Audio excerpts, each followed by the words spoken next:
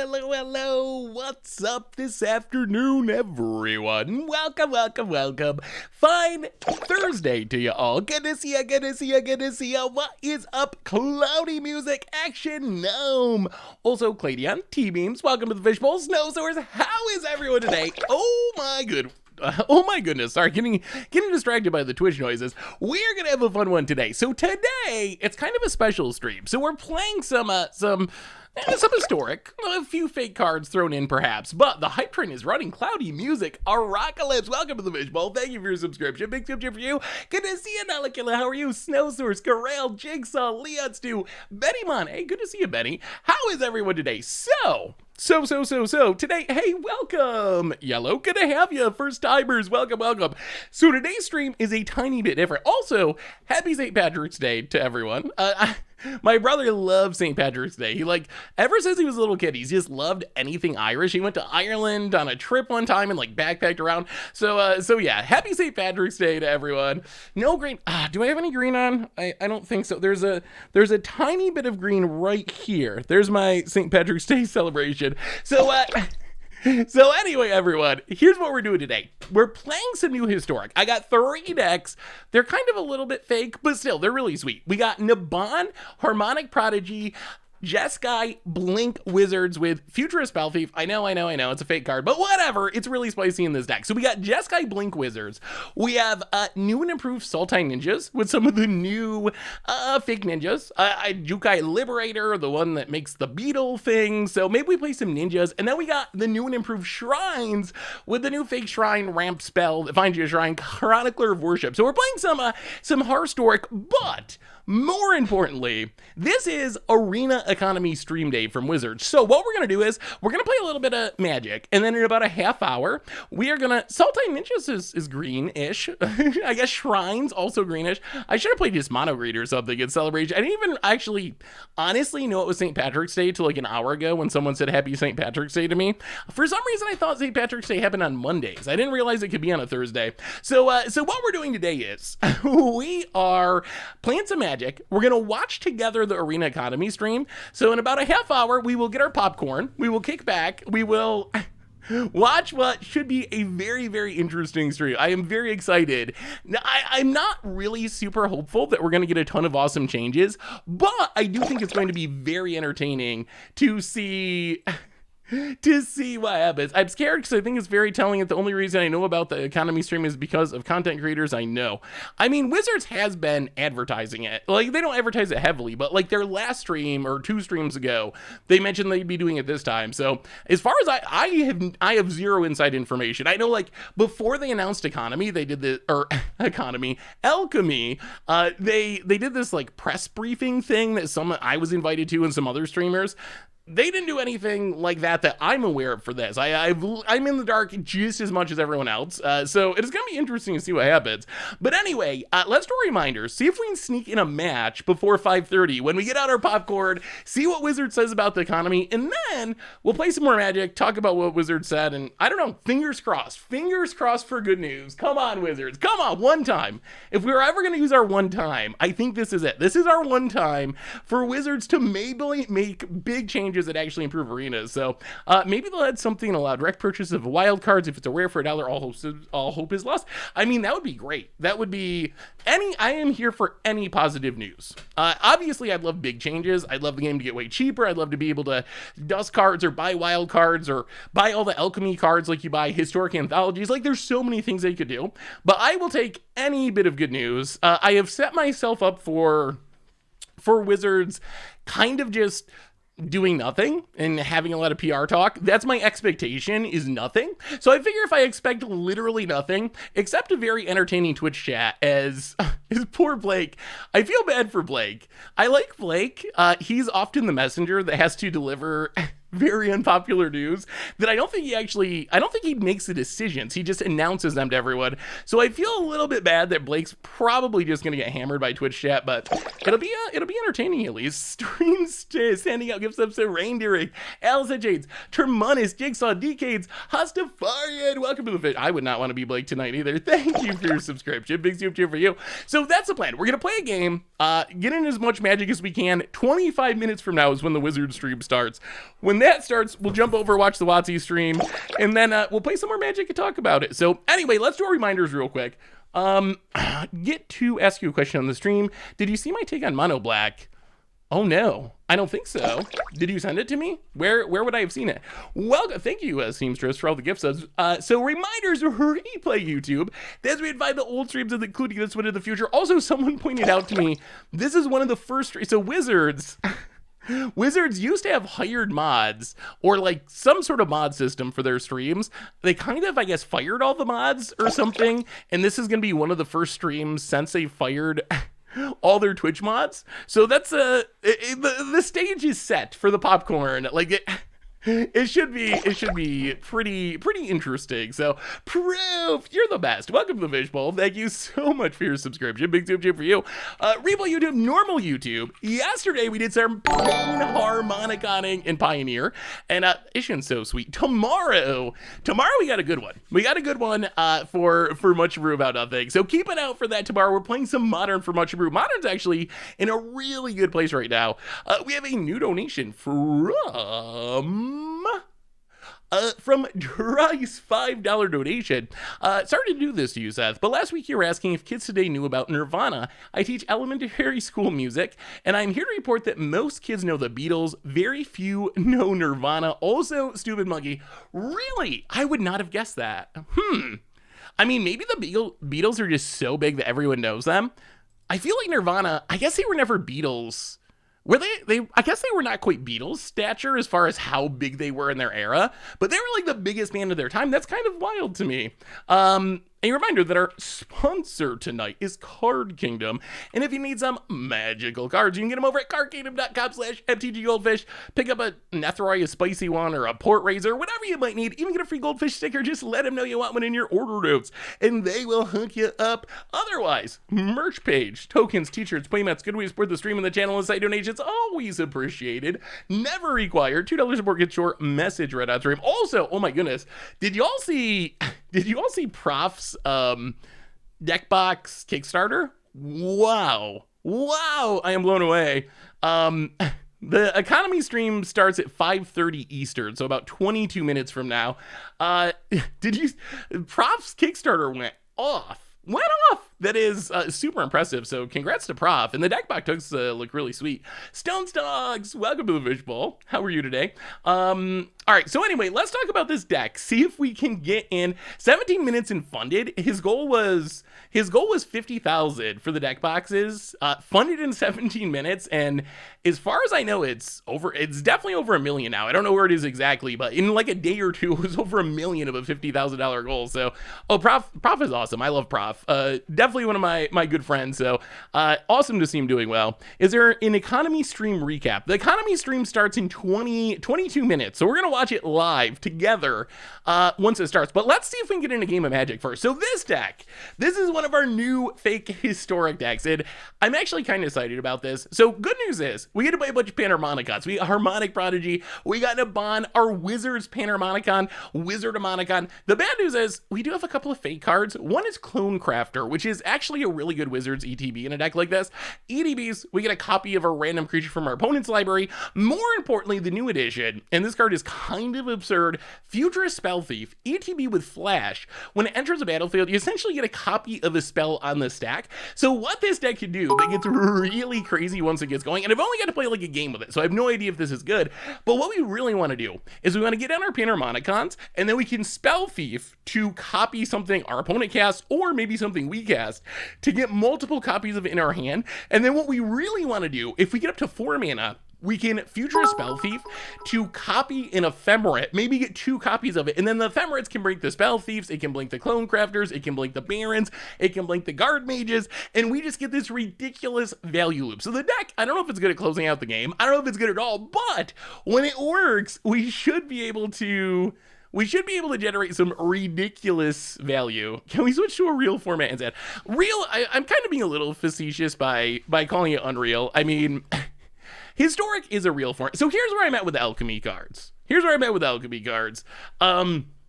I mentioned this on Twitter. People have kind of made it clear that they don't really want like alchemy videos and whatnot. At least my audience, the Goldfish audience, we have heard you, everyone. So don't expect a ton of alchemy videos or anything. There might be one once in a while if like Crim wants to make one, but alchemy is definitely not our focus.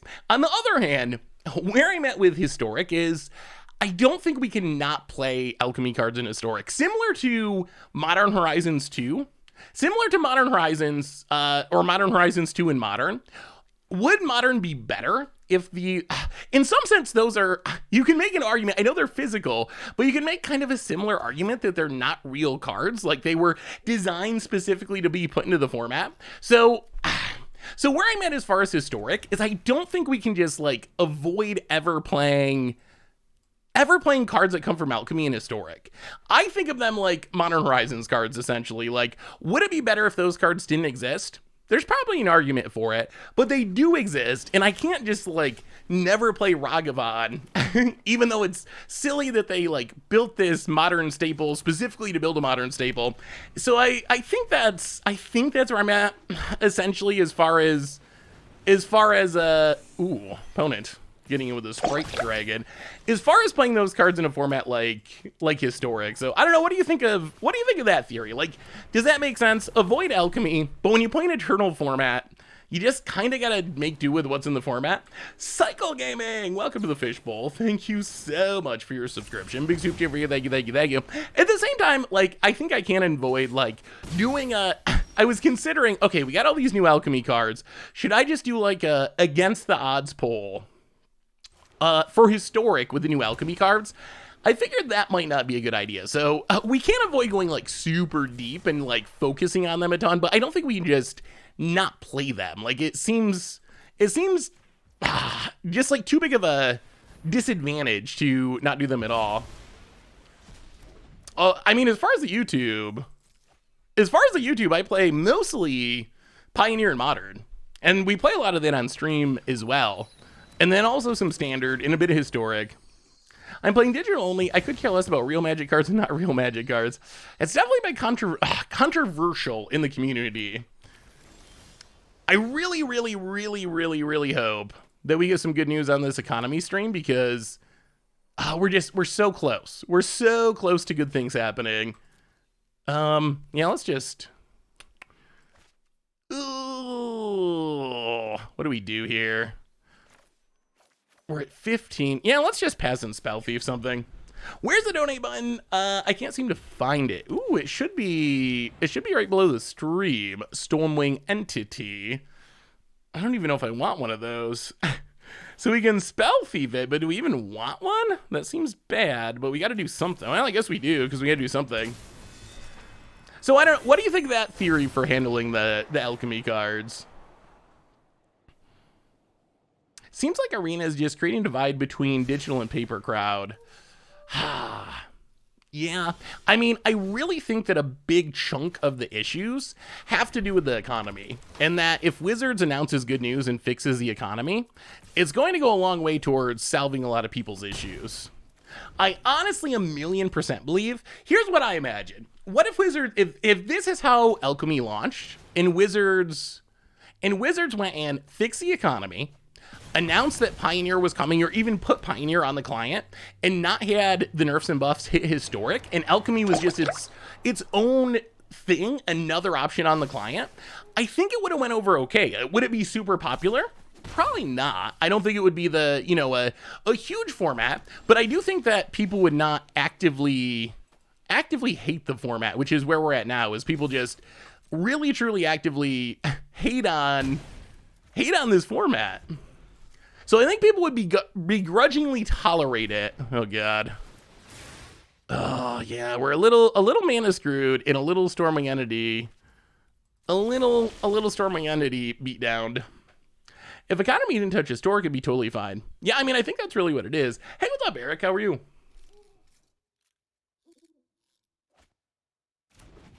I mean, I think that's also true. How long to the economy? Oh my god.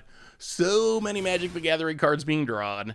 How long until the stream? About 15 minutes. I expect that about when we finish this match, it'll be time to get out the popcorn. I'm hoping our opponent plays a removal spell. Our deck doesn't have a ton of removal that can kill this Stormwing entity. So I'm hoping that we can... Oh, God. Oh, dear. Well, we're going to get a removal spell, but I don't know if it's going to be good enough because it can't kill the Stormwing entity. Yeah, well, sure. And our opponent's probably going to turn on the Dragon Rage channelers. Yeah, the problem with stealing the expressive iteration is we just don't have... There's nothing super good that we can hit off of it that's going to keep us alive. Come on. Don't turn them on. Don't turn them on. All right. Well, the DRCs didn't turn on at least. Opponent hits us for 6 million. Really need more lands. Okay. Is this enough? Not really. We're down to 8. Too slow, too slow. Yeah, I mean, we can kill a Dragon Rage Channeler, but that doesn't do much. We just got pretty far behind on the mana here. Well, you know what? Let's go out on our own turns. Naban. Do some clone crafting. Wait, who's getting dumpster fired? Y'all are too awesome for our stream to be, All right, yeah. Y'all are too awesome for our stream to be a dumpster fire. All right, we need a way to kill, more ways to kill. Ooh. Oh, Rest in Peace seems, oh, this is tough. Opponent's got so many prowess threats. How do we deal with these big threats? I guess we change up our removal a bit. Well, that game we got a little stuck on mana and just could not get our synergies going, unfortunately. We could have overcame the Dragon Rage channelers, I think, but the other stuff a little tricky. I guess we gotta go down the Ravagers. Lightning Helix can maybe kill something. I guess the Settle the Wreckages could be good too. How do we find room for all this, though, is the problem. Maybe March of Otherworldly Light, Clone Crafter, one Naban, one Baron. Ugh. You know, one Guard Mage, or not like that. Yeah, Settle does seem good. I'm here instead of watching the official stream to avoid being too close to the flames. I think it's going to be fun. I think we're going to have a good time watching. I mean, worst case, it's a disaster and we can just laugh about it. Oh, thank you for the bits, Jonathan. I missed it. MTG Oldfish, you were talking in the stream or two ago about Win More. So I thought you might want to check this out. Ooh, thank you so much. Well, we got a Rip and a Settle.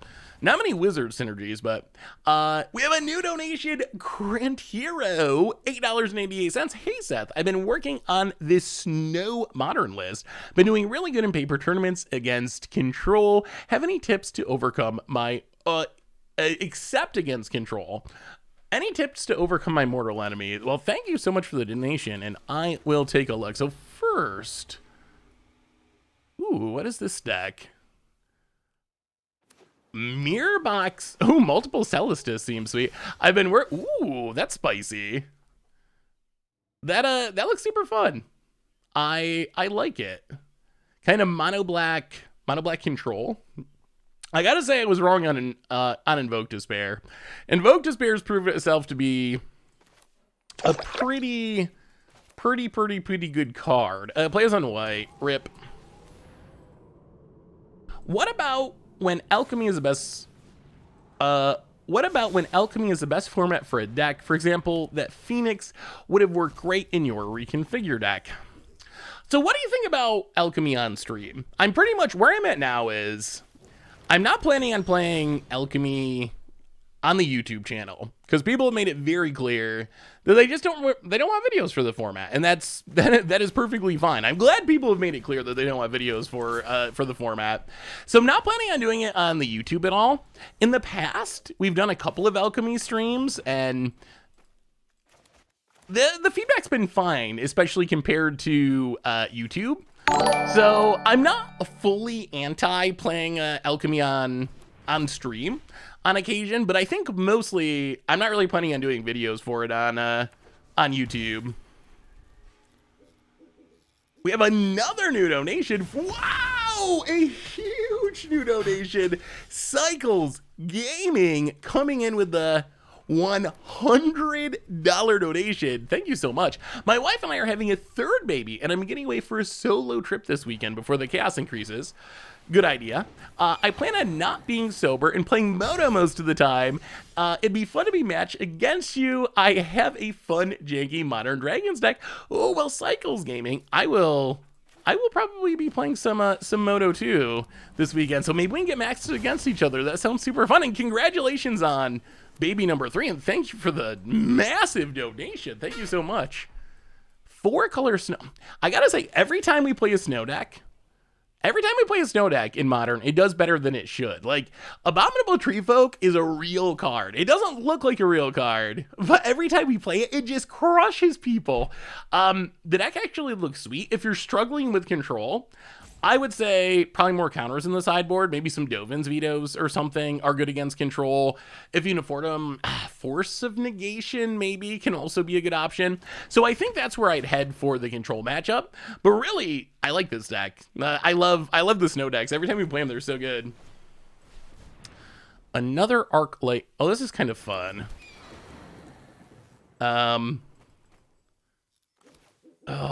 this is such a waste of value. All right, we're just going to take the hit and then try to... We got 2 settles. We'll take the hit and just try to settle next turn. Oh, fingers crossed for the economy news being good. Oh, that's also good. Well, go to combat, hit ya. About it. Boom. So where's our wizards? Economy stream starting in about 10 minutes. Opponent. Well, I came for it to play. Most lists are 90% standard cards in 1 or 2 alchemy lists. So I think the issue with alchemy in the economy is you can't really draft the cards. A lot of people get their cards by drafting the set to build their collection to play standard, and you just don't really have the option to do that for alchemy. So I think that's part of it. And they're also in general really skewed towards, hey, thank you, not Sochi. They're also, when they release an alchemy set, they tend to be really tilted towards higher rarity cards. Lots of mythics, lots of rares, a handful of uncommons, no commons. So those just up the cost for a lot of players. So I think that's kind of the issue. I will come back to playing Arena if there are any positive economic changes. I'm rooting for it. I'm rooting for big economic changes, or at least some. There's got to be something. Well, settle you. Probably not the right time for the good game emote yet. Monas for the 15th month. Welcome to the Fishbowl. Thank you so much for your subscription. Big soup for you. Thank you. About it. Gonna Fading Hope their Arclight. All right, sure. I mean, there's more settles where that came from. Wow, so many donations. So many donations from Dryce. $5 donation. I forgot to ask, any recommendations on budget Pioneer decks? Pioneers, fire my LGS. Oh, I'm so glad Pioneer's coming back because that format is so awesome. There's still a bunch of Pioneer coming on the YouTube as well. That's one of Pioneer and Modern. Those are the formats I'm really loving right now. So more is on the way. So any recommendations for a budget Pioneer deck? Pioneer's starting my LGS. We're trying to have extra decks to get people in the door. If they don't have a deck, I have Lotus Field Vehicles and Dredgeless Dredge. Dryce. I would recommend Gates. Gates are really cheap, and they're actually good enough that you can compete with. And since the mana base is pretty much all Gates, it's actually, I forget what the actual price of the paper deck is, but it's like ultra budget. I know it's free on Magic Online. Economy stream starting very soon, like 5-7 minutes. So pretty much, hopefully we can finish this match and then we'll get our popcorn. Tomorrow, we got a sweet one for Much Brew tomorrow. So I did an Against the Odds poll, and it had a bunch of Kamigawa combos on it, and it was Mirrorbox Super Friends at 1. So Mirrorbox Super Friends is coming for Against the Odds. However, one of the combos that didn't win, Tamishi combo with Lotus Bloom. I decided to do that one for Much Brew. So keep it out for tomorrow's Much Brew because the deck is super sweet. Or UHF, welcome to the Fishbowl for the 5th month. Thank you for your subscription. Big, ooh, crackles. Big super for you. Thank you. Thank ya. Tried to make super, wow, busy stream tonight. Thank you so much, everyone. So many donations, so many subs. That is amazing. Well, this feels bad, but Ephemerate Clone Crafter, grow the Sprite Dragon. Get a something good, please. Not a arc light. All right. How about our own crackles? Crackles. All right, and pass the turd.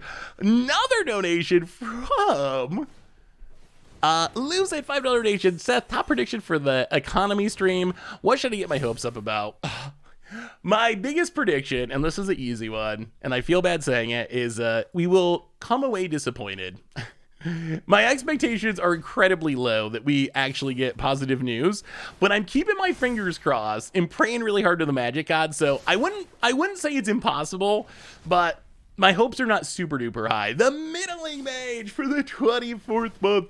Welcome to the fishbowl. Thank you so much for your subscription. Big super for you. Thank you. Gates is unique. It's kind of like a controlling mid-range deck, essentially. I don't know, ramp deck? What would you consider Find Your Gates? Like, you have the gate payoffs. You have a bunch of card draw. You can win with Maze's End, or you just make big, like, Gatebreaker Rams or Gate Colossuses. So it's kind of like a rampy, mid-range, slightly controlling deck. Oh, God. Oh, God. How about it? Arclight Phoenix. Hopefully they don't have even more removal, or we're in serious trouble. There's a big attack. Well, block. That's 12. Oh my god. Block and block. Take 5. All right, the Settle the Wreckage is going to have to resolve and save us.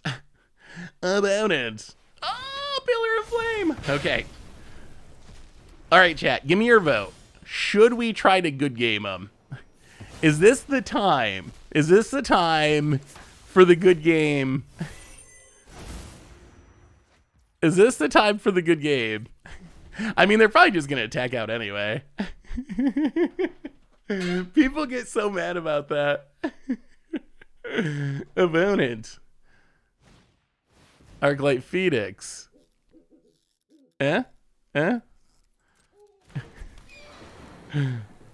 on you, chat. It's on you. It's on you. It's on you.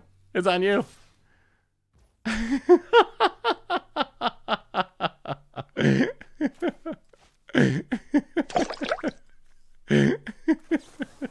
Opponents. I think it's actually a negative, because I think if we say good game, people know it now and it makes them think Settle the Wreckage. I think it makes it more likely that they don't attack with everything. I think it backfires. Oh no. Well, Crackles McGee, save us. Island. Pass the turn, opponent attacks. Oh, it's almost popcorn time. Oh my god, Storming Entity. The hits just keep coming. We're out to Settle the Wreckage. We even had the Graveyard Hate. It just didn't matter. Our opponent's just doing it the fair way. But we don't want him to attack. Oh my god, another one. Oh, this keeps getting worse. Opponent goes to combat. Attacks.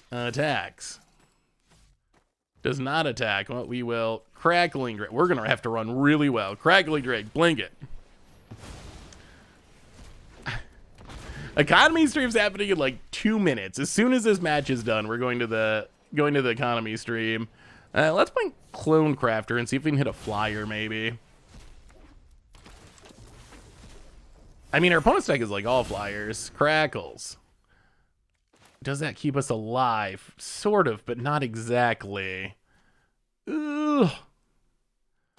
Oh, we just can't quite stabilize. Our opponent's stuff is so big. Ugh. All right, how do we do this? So we're facing death on board. Well, I guess we do have to Crackles. Hit a land. Play the land. On blue past the turn. See if we can maybe do some thieving? Maybe? About it. I mean, if they have anything, we're pretty dead. Opponent goes to combat. Attacks. Hey, Hitology, thank you for the raid. Opponent with the big attack. Well, block and block. And down to 3, not very good. Faithless looting. Well, I mean, we'll take it. That is something. It's not good, but it's something. Stream is up? All right. Well, this match is almost over, and then we're switching over. If we don't die short, I mean, they're going to do a little intro anyway.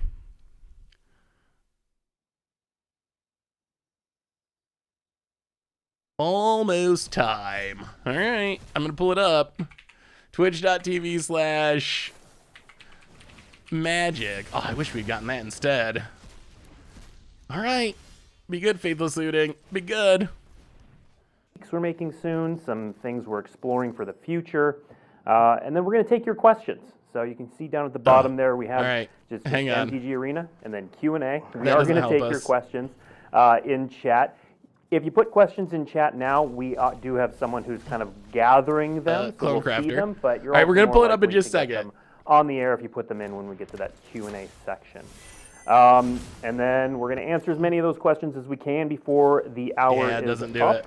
I really appreciate all of you being here. Here we go. Really popcorn time, chat. Popcorn time. Yeah, we're going to leave the chat up. Is, as I said, the Can you hear things all right? MTG Arena. Is the volume all right? Every single answer. Most of them. Most of the answers. We are a team, but yes. Yeah. So we've got Chris in the hot seat today. Mediocre man. Welcome to the fishbowl. Thank you. Yeah, Blake does not look happy. Some we've seen in the Thank you for your subscription. Some big we're subscription kind of setting him up to talk about some stuff. So stick with us. We're just gonna get started. No more to do. I should have made popcorn. You don't want to hear me talk. You want to hear Chris talk. So real quick. So we're talking today about the economy. So just so we're all on the same page. First of all, what do we mean when we're talking about the economy? Sure. So when we talk about the economy, I want to go back one step further and talk a little bit about what Arena is designed to do, right? And our vision for Arena is fun, fast magic for everyone. Anyway. I don't know if I can do anything about underwater. Look at that. How do I change to dark mode? Players who may be less familiar with Magic, people who are just starting out on digital, but also includes veterans and people who've been playing Magic for almost 30 years. So it's a balancing act between all types of players. In addition, you have constructed players and limited players. We're trying to present something that is how do you turn on dark mode for a wide range of players. With that philosophy, we knew that we were going to also have to make some concessions. And so some of the things that we know that Arena is not is when we talk about it is authentic Magic, but it's not necessarily going to be a simulation of Magic all the time. Either the gameplay or some of the other trappings around Magic. We got there. Cards or trading and all that stuff. We knew those were things we were going to do up front that were going to be slightly different. But the goal again is fast, they don't look happy, and accessible. Okay. So, with that in mind, when we talk about the economy itself, the economy is actually accessible. all of the ways that players interact with the game. Collecting and spending cards and resources, whether it's ICRs or gold or gem. Did they just say their goal for the economy is to be fast, upfront, and accessible? That's like the opposite of Arena, right? Create paths for all of the different player types. They're failing. They're failing at that goal. So there's a pretty broad definition of economy here, where it's every way essentially that players interact with the game and see bits move around and get to do more things. Okay. Yep. So when we built Arena and built it from the ground up a few years back, when the economy was built, what was it structured around? What was the focus? What was the goal? So the original goal of Arena, again, was really about current Magic, right? Front list, what we call front list, which is current releases, standard play, and in that, to make as much money as possible. Is if you are coming to Arena, how do you build a deck and get to a couple decks and get to what you want to play sooner rather than later?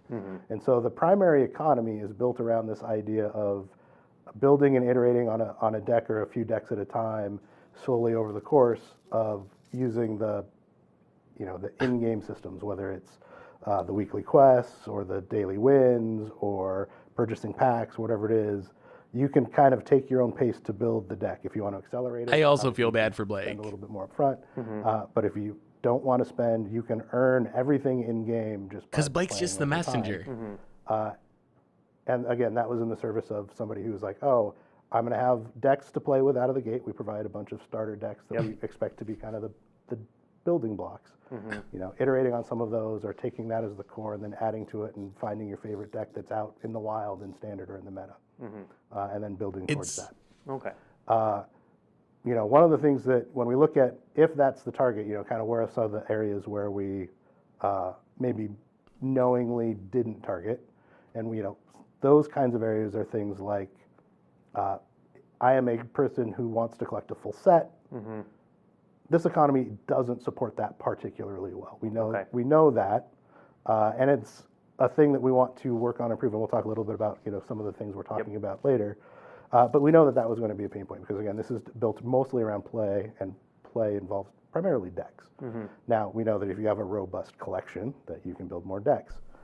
That's one of the reasons why collecting cards is a core piece of the economy, and one of the reasons, you know, when people talk about the idea of dusting, right, destroying some cards to build other cards, we never factored that in because we wanted players to build collections because we think collections are valuable. We wanted you to have 16 Duresses in your collection because it makes us more money. Building this economy, we know that being able to trade those resources and focus on the things you want is very important. So that's where the wildcard system comes from, right? And the wildcard system is built to effectively be that dusting system, but rather than tying it to destroying cards and destroying your collection, we tie it to something that's inherently part of Magic and inherently supposed to be fun, which is opening boosters, right? So that's the progress bar at the target. Right. Now, obviously, if you've been around for a long time, you know that progress bar didn't always exist, and it was a thing that we added as we got feedback from players. And like, originally wildcards were completely random, and you didn't know when you're going to do. It's also worth mentioning that they announced today that the new player experience deck, so they just mentioned being like the starting point for players to build off of, they just switched those to Alchemy. They just switched them to Alchemy. So now the new player experience decks are not legal in standard. You can't even play them in best of one standard, but they're Alchemy legal. So it seems like they're really forcing players to play Alchemy through this system as well. The dust, the things that you would have destroyed, we're just giving you that up front. Okay. So, all right. So you started to touch on it. You mentioned that they look so miserable. Completing a collection is not, this economy is not Stay there. Welcome to the Fishbowl. Thank you know so much for your subscription. So what are subscription. some of the other pain points, areas of concern that you see with the economy right now? So beyond, you know, kind of like set completion, we know that if you are a person who likes to dabble in a lot of decks, build a lot of decks, or try a lot of things, that sometimes there can be some hurdles for you. Again, the way it's built is you have to have a pretty robust collection to be able to bounce around like that. If you actually want to play fun Magic decks. Problematic. We know that if you're trying to build your collection, limited is a really good way to do that because as part of the game experience, you're opening a bunch of cards and building your collection. You're also playing and earning prizes. If you don't like limited, you don't have that option to you. Right. And so that there's a pain point there, which is how do I build a collection as a constructed player when this kind of viable path isn't the one for me because it's not something that I enjoy. Okay. So those are kind of a couple of the big ones that we know about and are, you know, going to be exploring ways to address. And okay. What about how players do or do not spend wild cards? So one of the, you know, when you go back to trying things out, wild cards are a valuable commodity in this economy, right? You want to make sure that you're spending them because they're, you know, a little bit slower to come by compared to, like, you know, you have to open, you know, a handful of packs and earn them, and then you don't want to make sure that you're spending them on the right things. And so we do see a little bit of, we'll say, anxiety and wild card spend, so people will hold on to them until they know exactly what they want to build. But that also prevents them from just kind of diving into some of the things that they want to do. So that is another point we're aware of and we'll talk about solutions for as we move along. Okay. Well, you know, let's dive into some of those solutions right now. So, solutions. I know your team has to think kind of what's happening in the next build, and then what can we work towards long term. Here we go. So why don't we first start with some of the stuff you've got coming up sooner. Sure. So we'll tackle set completion. Okay. Right. So in set completion, we know that as you get closer, it's going to be easier to get more of the rares, and then mythics become a problem over time. And the way we have duplicate protection in the packs is that as you get closer to rare complete, opening boosters just feels worse because you're really just looking for the mythics in there, and if you have all of the rares, you're getting the duplicate protection gems instead. So one of the things that we're going to be introducing here shortly, and I believe I don't have the exact timeline, but it's around SNC, maybe sooner, is SNC. We're going to sell a pack that is mythic guaranteed. Okay. So when you buy this pack, it'll cost 1,300 gold. Okay. There'll be a gem bundle that you can get like 10 of them for gems instead. But the baseline is 1,300 gold. When you open that, the rare or mythic slot will be either a wild card, a rare or mythic wild card, or it will be a mythic from that set. Okay. And we're going to start that with Neo, and then we'll see how that goes. And if it's something that people are super interested in and is working the way we hope it works, then we'll continue to have those as part of the set offering moving forward. Okay. So that is one, when we're looking at, all right, how do we help people who want to complete sets? That's one of the things we're looking at. Okay. On the other side of that, that's 13 times as much. Somebody who's looking to build a deck quickly.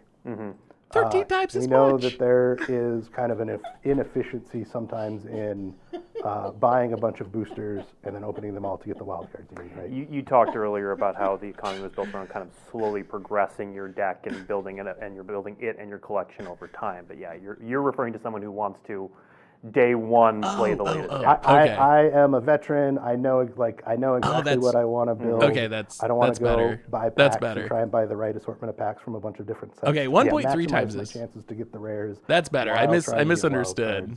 So we're going to thing you're here, offer chat. a wild card bundle that you can just buy in the store. Okay, so direct purchase. Direct purchase. It'll be 12 rare wild cards and 4 mythic rare wild cards. The theory is that, again, if you're how much? Pretty good along the way to having a deck that you like that's, you think is going to be pretty good. Is you good. want to just finish it off right there. You can buy this from the store. It's $49.99. Gives you everything you need to just kind of finish your deck. Or if you wanted to kickstart a deck, you'll be able to do that right out of the gate. Okay. And not have the... Can you buy that for gems? Is it just... It is going to be RMT only, so real money only. Okay. $50. $50. When we look That's at that, actually... again, it's primarily a Kickstarter and primarily getting around the inefficiency. Honestly, better than I would have thought. I talked earlier about we think collections are good. That's right? better so than if I you would have thought. Try to get to that. It's not cheap, number but... of wild cards and rares. You will have a bigger collection, but it's more inefficient, and you will.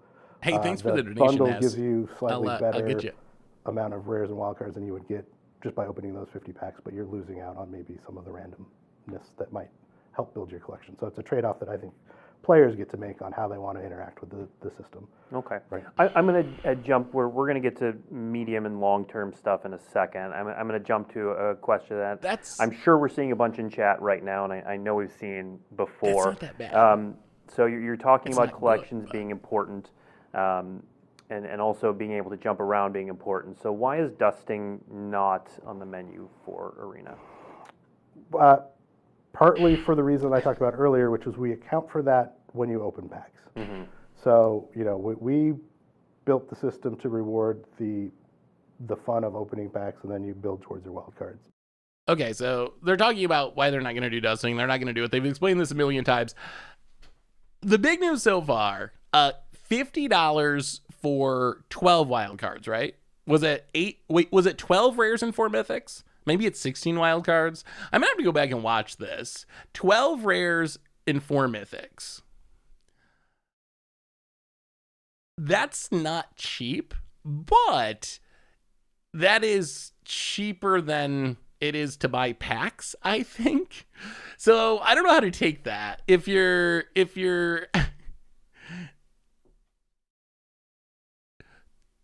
someone who's trying to play the game cheaply, it's not very helpful. For someone like me, who's a whale and spends a ridiculous amount of money and has to open a ton of packs to try to get those last cards, that is somewhat helpful. But I'm also the person that needs the least amount of help because I do this for a living. So Definitely not the rate that I think everyone was hoping for. When I've asked people what they said before, there definitely a lot of people were like $1 a piece for wild cards is what they were rooting for. I do think it's nice that you don't have to just spam open packs, but the price definitely not super cheap. Also, shout out to Nasmith for the donation. One of the solutions is about limited. We recognize that drafting is much better than opening packs. To make the playing field more fair for non-drafters, all limited rewards have been reduced to normal pack values. Yeah, nerfing limited would be horrible. You know, anybody who's not an expert, right, is going to struggle a little bit more than the top tier players who know exactly what they want. Hopefully, again, in the economy that we have, that a lot of the players are playing and engaging in the systems and have a fairly robust collection. It's so whale focused. So getting to their next deck. That's the issue. Not too much of a problem. The big problem comes when wild swings in deck. Like, I've been playing some Boros deck forever, and now I want to jump into something Simic, and now there's not a lot of overlap there. That's where some of the pain is, and that's where again we hope that something like a wild card bundle will just kickstart that. You'll have a bunch of the commons and uncommons. But we want people to be able to switch decks. I don't know why they have this idea that people want one deck. They want one deck and just play that deck forever, and they shouldn't be able to switch. Like, that's horrible. That's not how people play Magic. Kind that's not the fun of Magic. And long term. So just we got on a little sidetrack there. Although I know that was something the audience wanted to hear. So we talked about wildcard spend anxiety, the ability, difficulty in dabbling and exploring, difficulty completing a collection, those sorts of things, and other issues you've seen.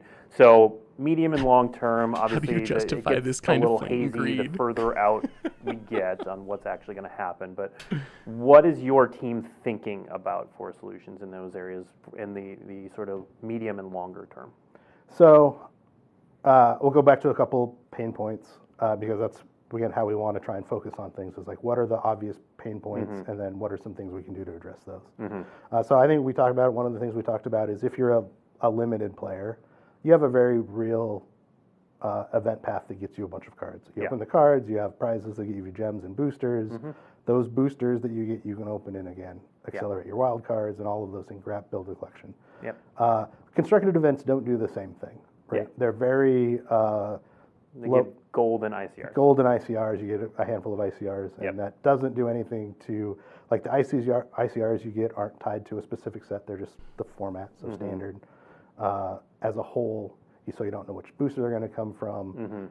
They don't do anything to progress wildcard tracks, so you're not getting any benefit there. And it's just a light touch on your collection. So one of the things we're doing here soon,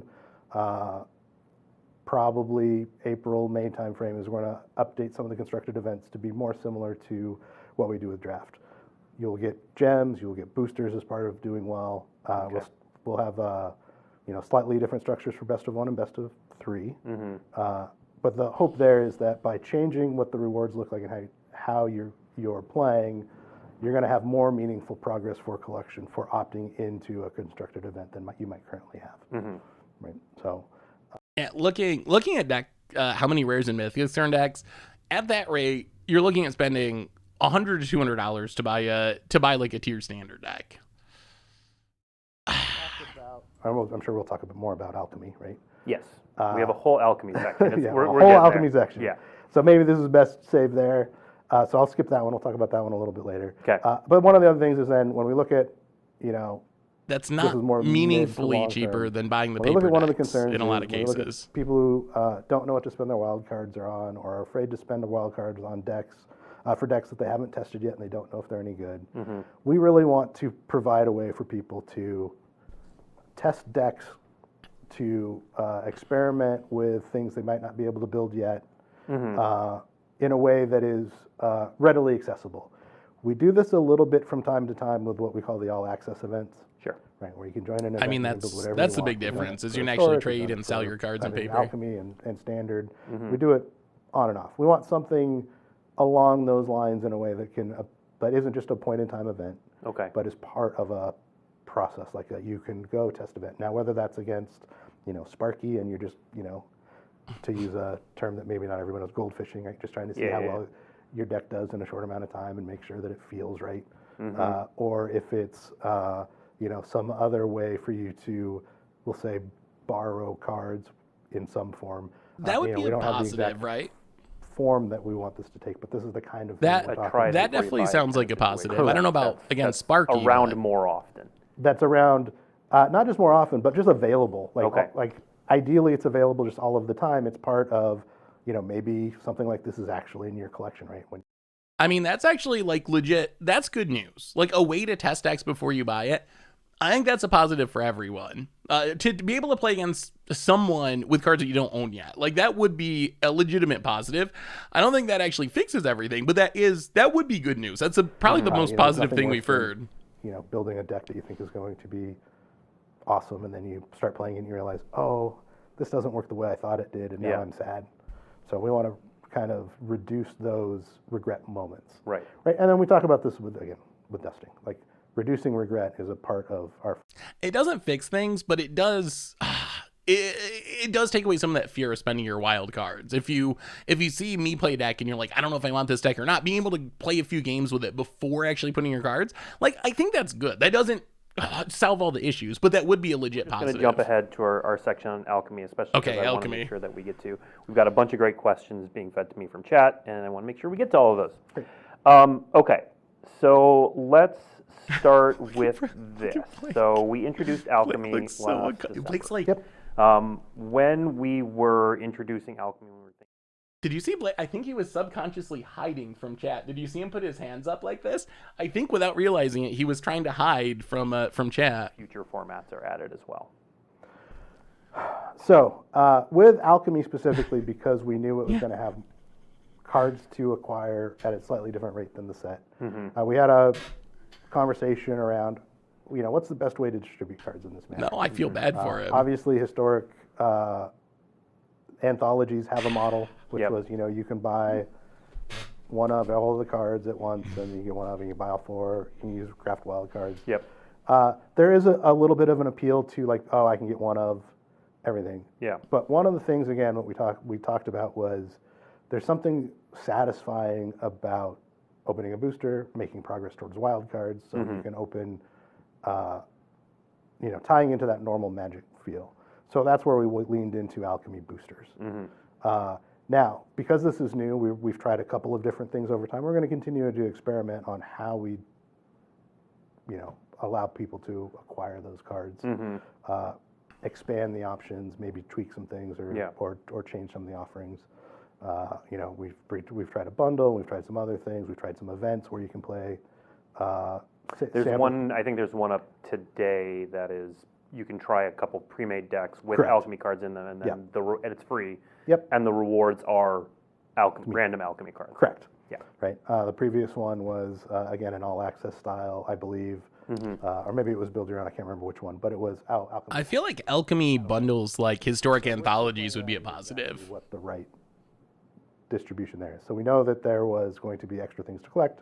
What is the right way to get them out, and how do we make people excited about? Okay, so you're still exploring like kind of what the right touch is on that with every alchemy. Yeah, but we did, and doesn't mean we won't change, but we were committed again to the benefits of what a booster does and how it again can reward you with wild cards and.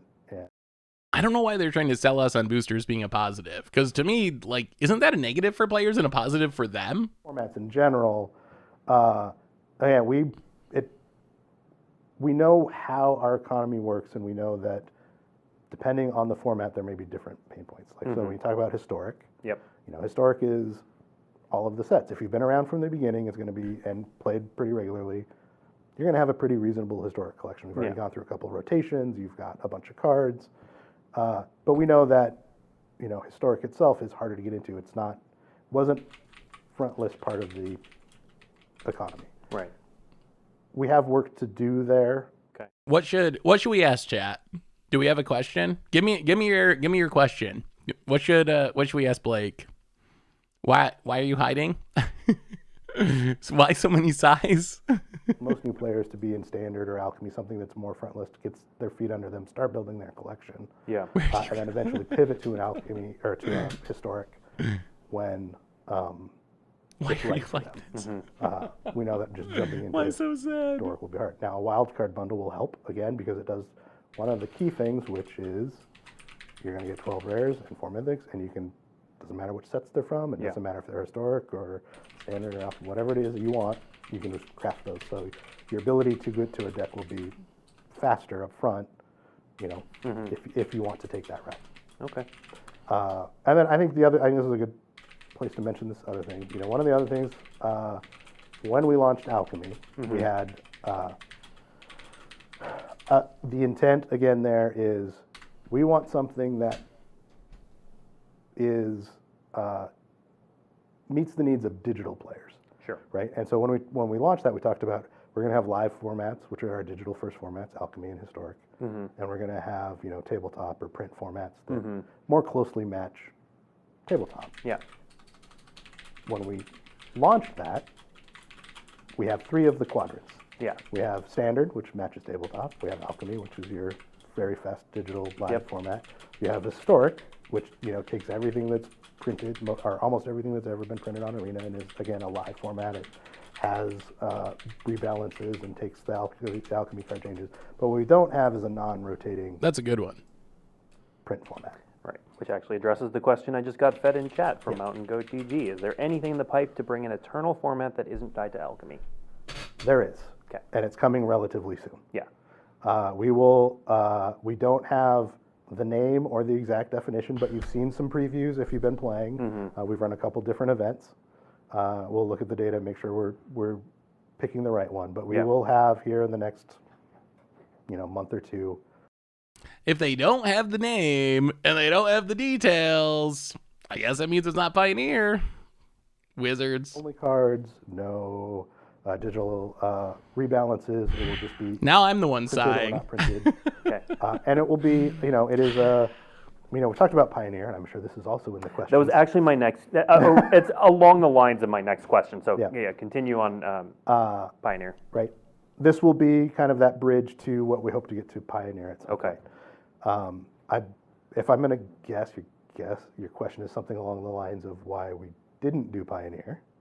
Yes, it's the why Alchemy instead of Pioneer question. So they're going to make a fake format? Yeah, so why Alchemy to instead of Pioneer if they maybe do it? And this goes back to why we're going to launch the tabletop format. At the time we launched Alchemy, Historic had started to do a lot of the things that we would have wanted out of Pioneer. A non-rotating format for players to play the cards that they've collected over time. And Historic was filling that niche very well at the time.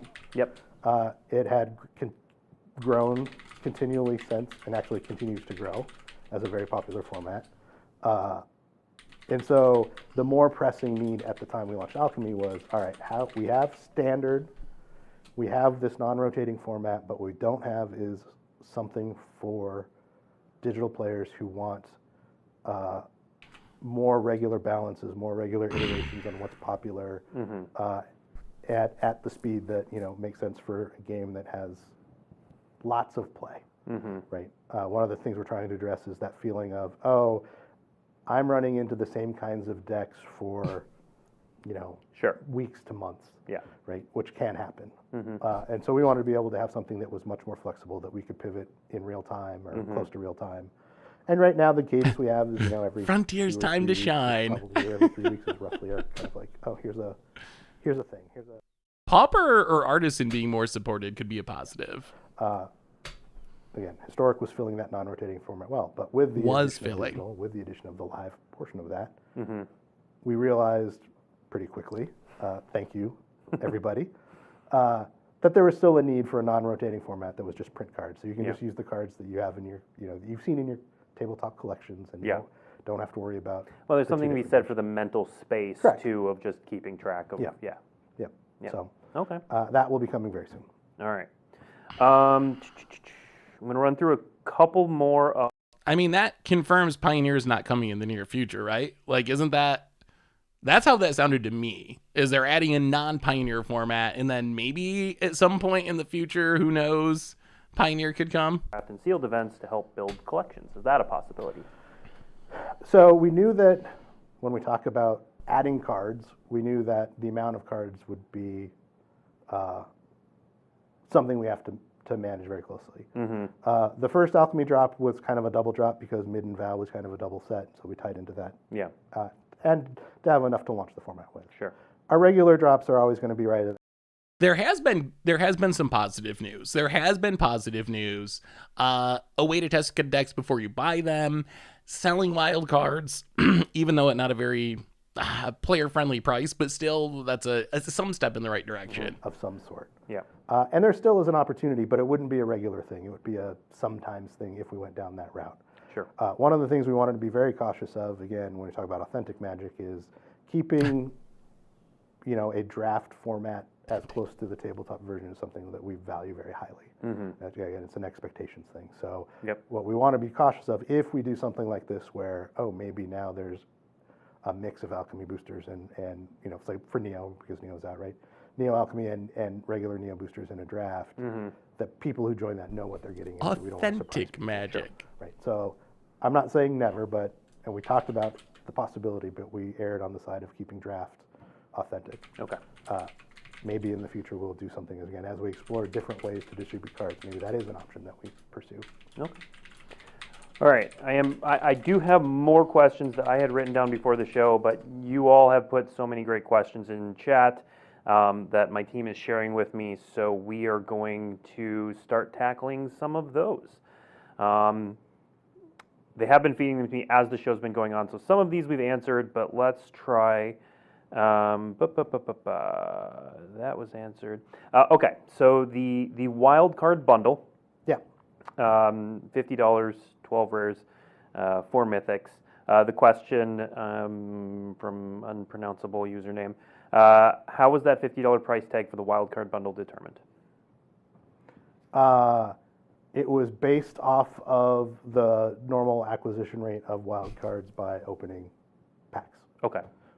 Is the short answer. Okay. Right. So the rate at which you open packs and build collections, and then, like I said, if you were to open all of your packs, you would the same equivalent in packs. You'd end up with probably a couple fewer rare wild cards, but a lot more just cards in general. Okay. Next question from. So basically, it's not any cheaper. It's just distributed differently. It's not going to go well. So this is a question we've seen come up a few times. I'll read it and then I'll clarify a little bit for people who don't quite follow it. The question is, it feels really bad when we get our 8th plus copy of the same rare from 2 different sets with the exact same art even. This was an issue, I think, with Jumpstart particularly. And it happens whenever we reprint. Yeah. It says, why not auto-dust those for us? The short answer is technology. Okay. But this is a nice thing. So I believe we have announced, and if we haven't, I'm going to preview it now. The ability to set your favorite land. And we haven't announced that. So continue. Great. So that's coming. And some of the tech that was required to do that, to kind of clean up some, maybe some assumptions that were made a while ago, and we're going to have this issue where we're going to we don't want you to have to sort through, scroll through every land. Just set a favorite, and that'll be your default. That tech also will help us solve this other problem.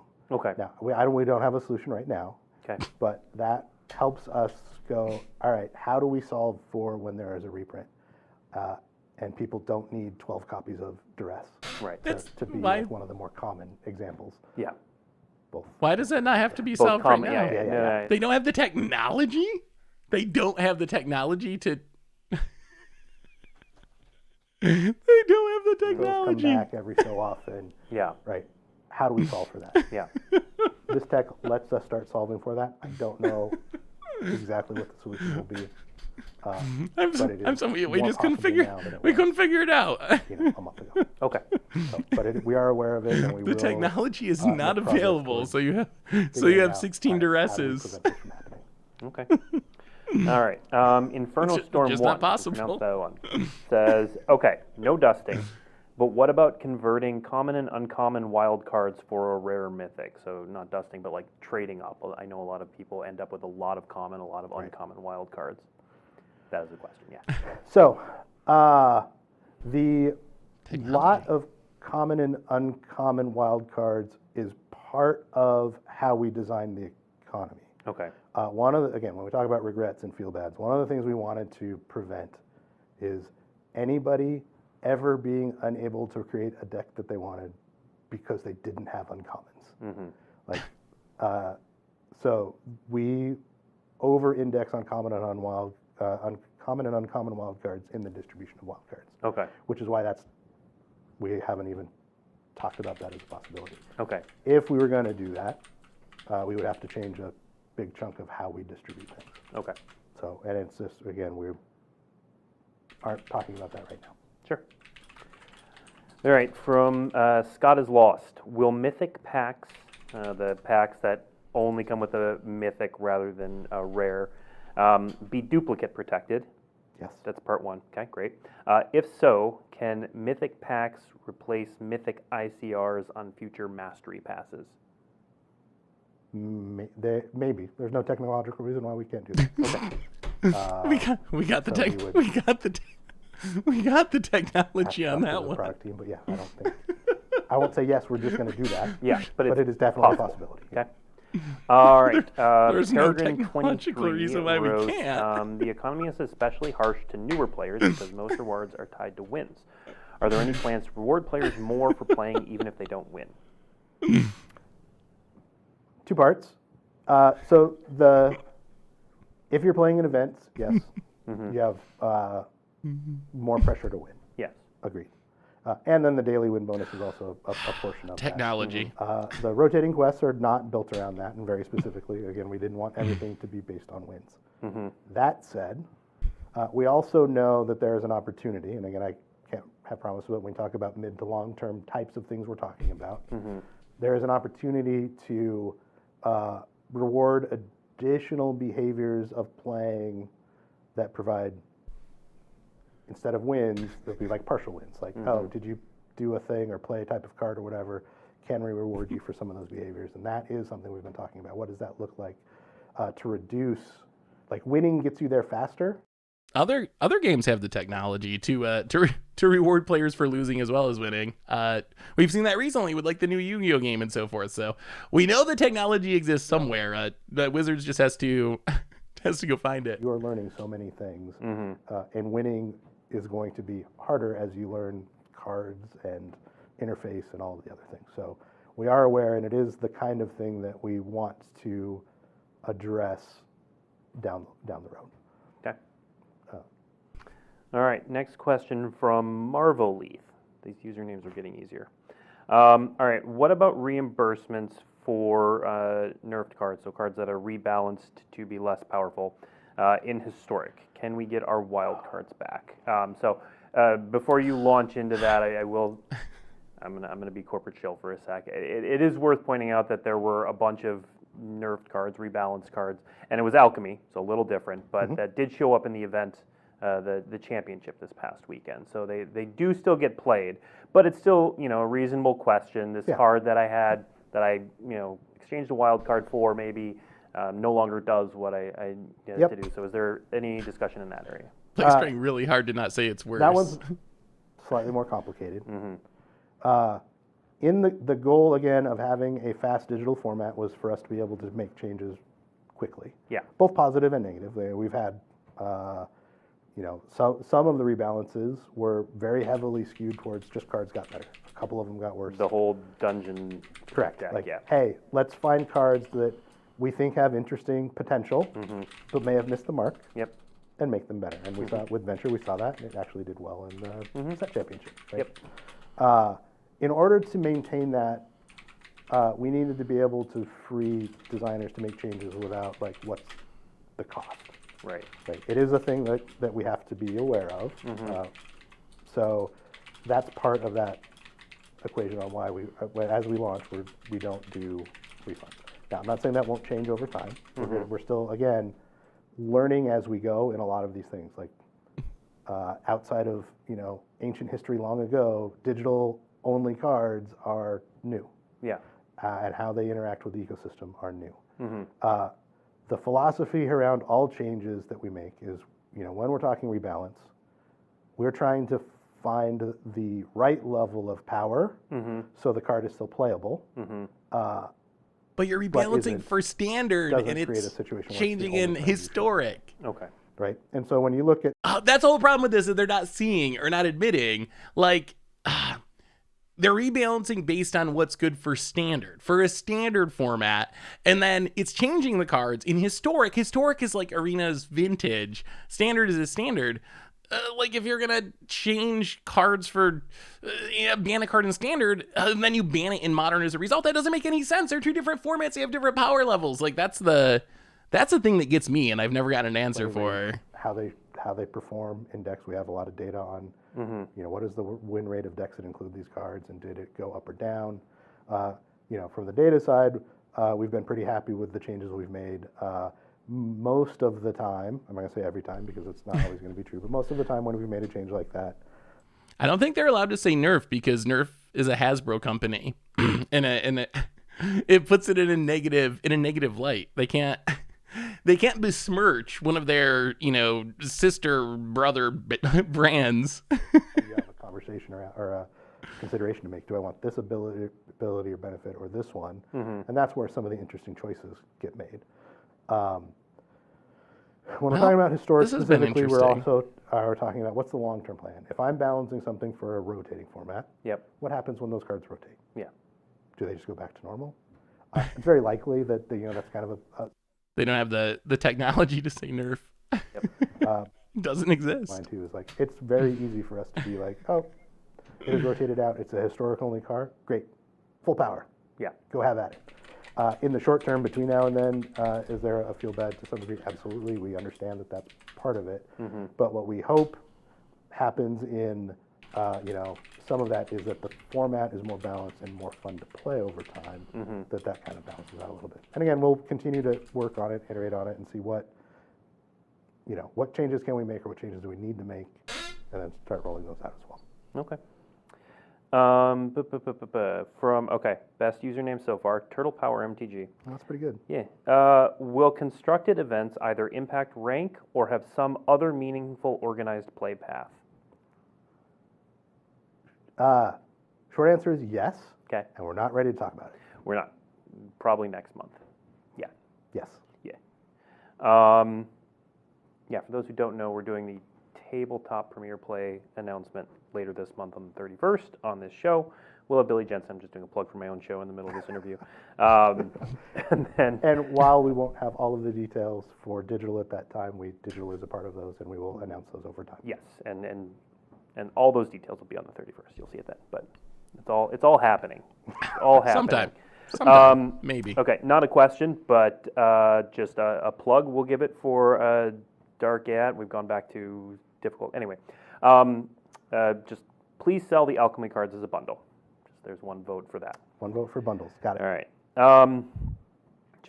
Okay, Paige Lazarus asks, in terms of trying before you buy, are there any plans to enable deck sharing between friends for using direct challenge to test cards you don't own? Are there plans? Definitely a feature that we've talked about and we know the value of. Okay.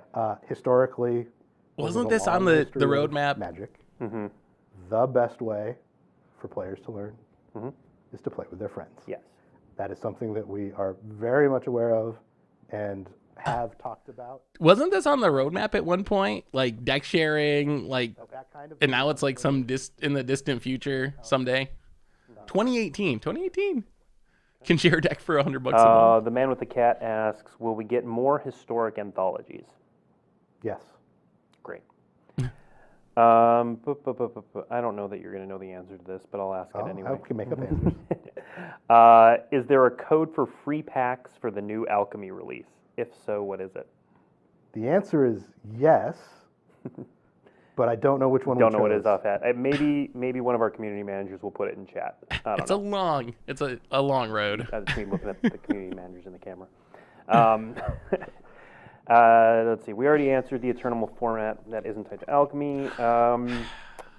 Okay, we'll get back to a question about some of the philosophy. So Adam YMHMI asks, beyond drafting, why does your company think opening packs is such a big part of the experience of playing Magic? Thank you. So that's a very good question. I'll actually talk to that first part of that question. Is that to affirm, yes, our company does think opening packs is a big part of the experience. That's why we've introduced things like set boosters, for example, which we explicitly say are meant to be open rather than drafted.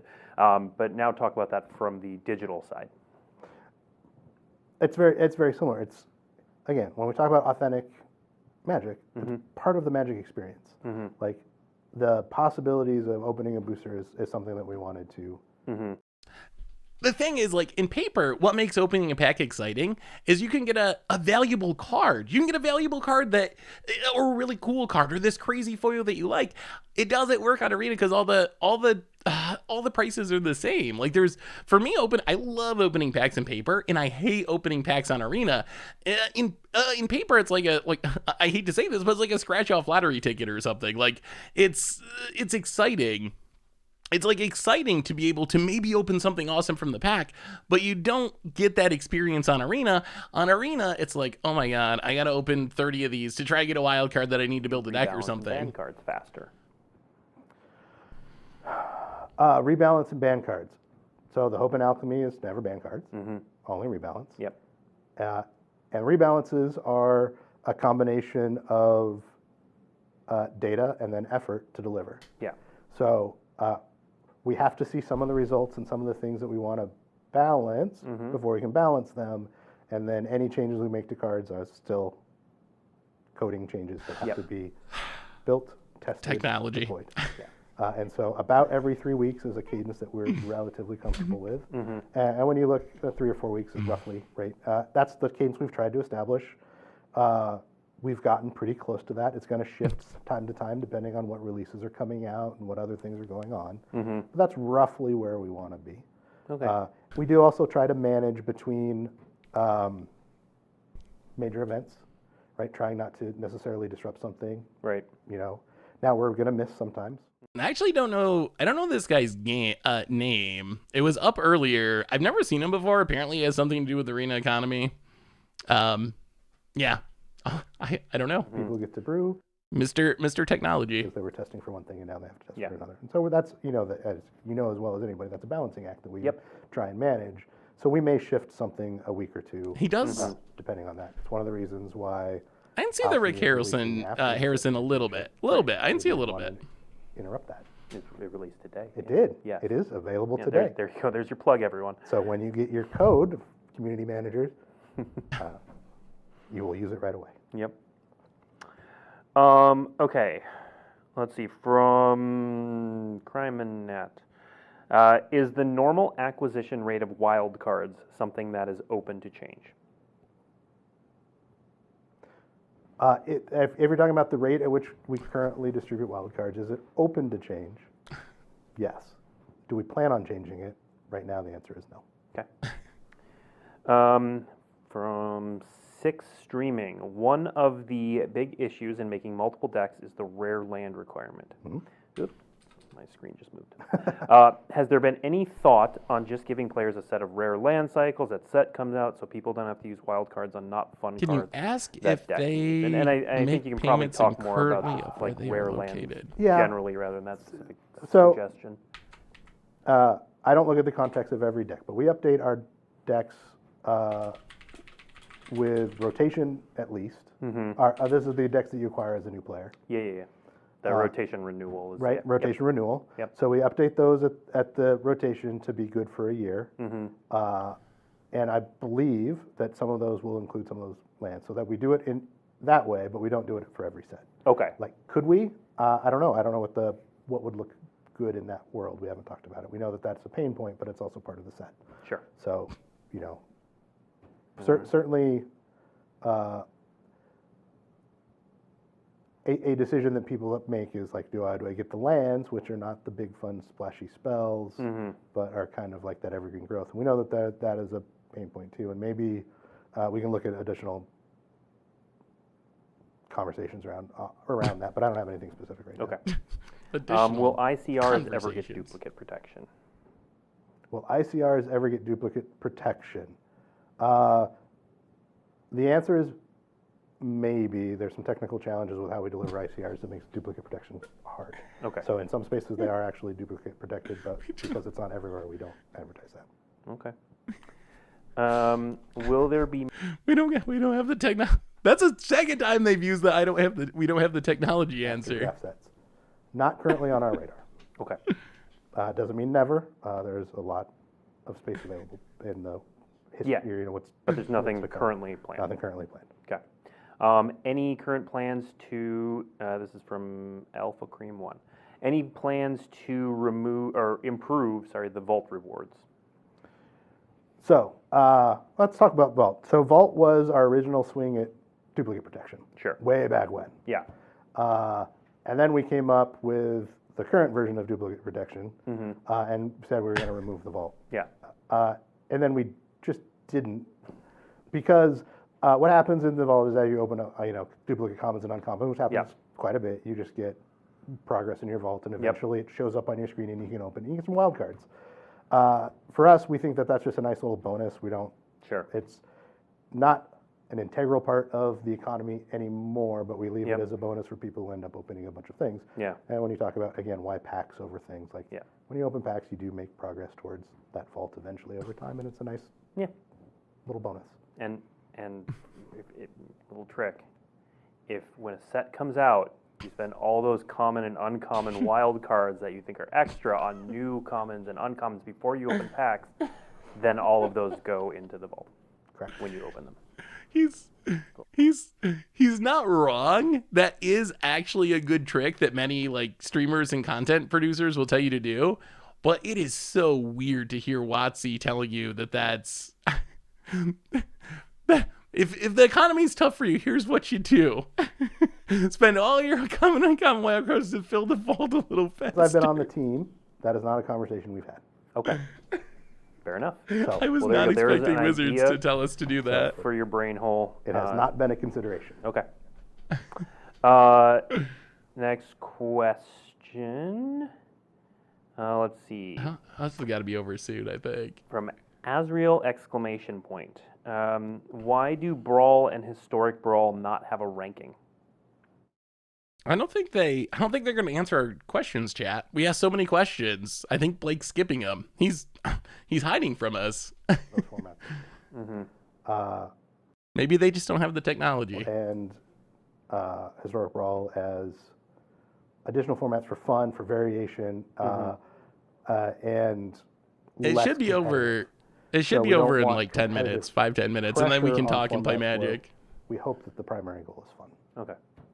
Yeah, I don't think Ranked Brawl is actually. Now, I don't think Ranked Brawl would actually be a positive. I think Competitive Commander is already really not a fun format. So personally, maybe I'm wrong, but I don't see having Ranked Brawl as being essential, because I think people should probably just play the format for fun. The other thing is we also have a special. We do some a different matchmaking. We'd have to change our matchmaking for those queues as well. Yeah, because if you play those, you know who you are, Brawl players who played those decks. Correct. I'm one of them. Okay, I really like this question because it asks, honestly, the flip side of a lot of what we've been talking about, because a lot of what we've been talking about has been focusing on constructed players. Yeah. And so this question is about limited players, and maybe the idea we stuck in your ear hole is part of this. Are there any economy considerations for limited players with hundreds of spare wild cards and unopened packs? So someone who goes on Arena to play limited, the rewards they get, they're not interested in constructed. That's a really good question. Some of it stems from we think having a collection is valuable. We know that not every player wants a collection. Yeah. One of the things that you would talk about, what are ways that you would prevent some of that, which is a Phantom event or a different reward structure or whatever. I mean, it's very easy to fix on Magic Online. If this is an issue, and I'm not a huge limited player, formats and what the their ultimate goal is. Yeah. I'll say that right now, if your only goal is to chain limited and you're getting boosters, that's not necessarily going to be a thing that's super rewarding for you. Right. We don't have any specific plans to address that. I mean, on Magic Online, you can enter with currency, or you can enter with a small amount of currency and booster packs. That would solve the entire issue. If it's whatever 10,000 gems to draft, you could have it be, or you can throw your packs in and pay 2,000 gems or something like that, or be able to enter drafts with wild cards. There's so many ways that they could do that. Why don't we do that? Yes. So, like Archie, we do include some codes in packs. We do but some. they're- We do. So Primarily, we do. So primarily, one of the things we like to do is we like to reward experiences. Yep. A lot of the times over, just raw product. Yeah. So when you do pre-release, I was gonna say I opened a pre-release pack today, and yeah, those have codes because we have this experience, and then you go do the thing, and then you're going to experience other things. The problem with just bulk packs is that the tabletop audience is much larger than the arena audience, and so a lot of people who get those they're not useful to them. yeah. That is not the problem. The problem isn't the paper players that won't get use out of us, and it would cost them a ton of money. Come on, that might be my least favorite answer of this entire thing. Paper players, some people don't play arena. What are they gonna do with the codes in their pack? Whereas, we do only have 5 minutes. I'm gonna try to get through as many questions as we can in the last 5 minutes. Are bans gone for historic, or are you only going to do rebalances? And are there any plans to improve any historic only cards? So historic is there will likely be bans in historic. Yeah, it was not a great answer. There is one of our philosophies is that we want to rebalance cards that we think are rebalanceable. There are certain cards that aren't rebalanceable. You can't rebalance a lightning bolt. Dark Ritual, Demonic because lightning bolt has been rebalanced yeah. infinite times. Yeah. All of the versions of lightning bolt rebalancing have happened. Yeah. Or you have a card that it's so iconic that if packs codes in packs would potentially it just isn't that card. Get new players into arena, which seems like a positive. We'll just if something were to come up. Also, someone just pointed this out.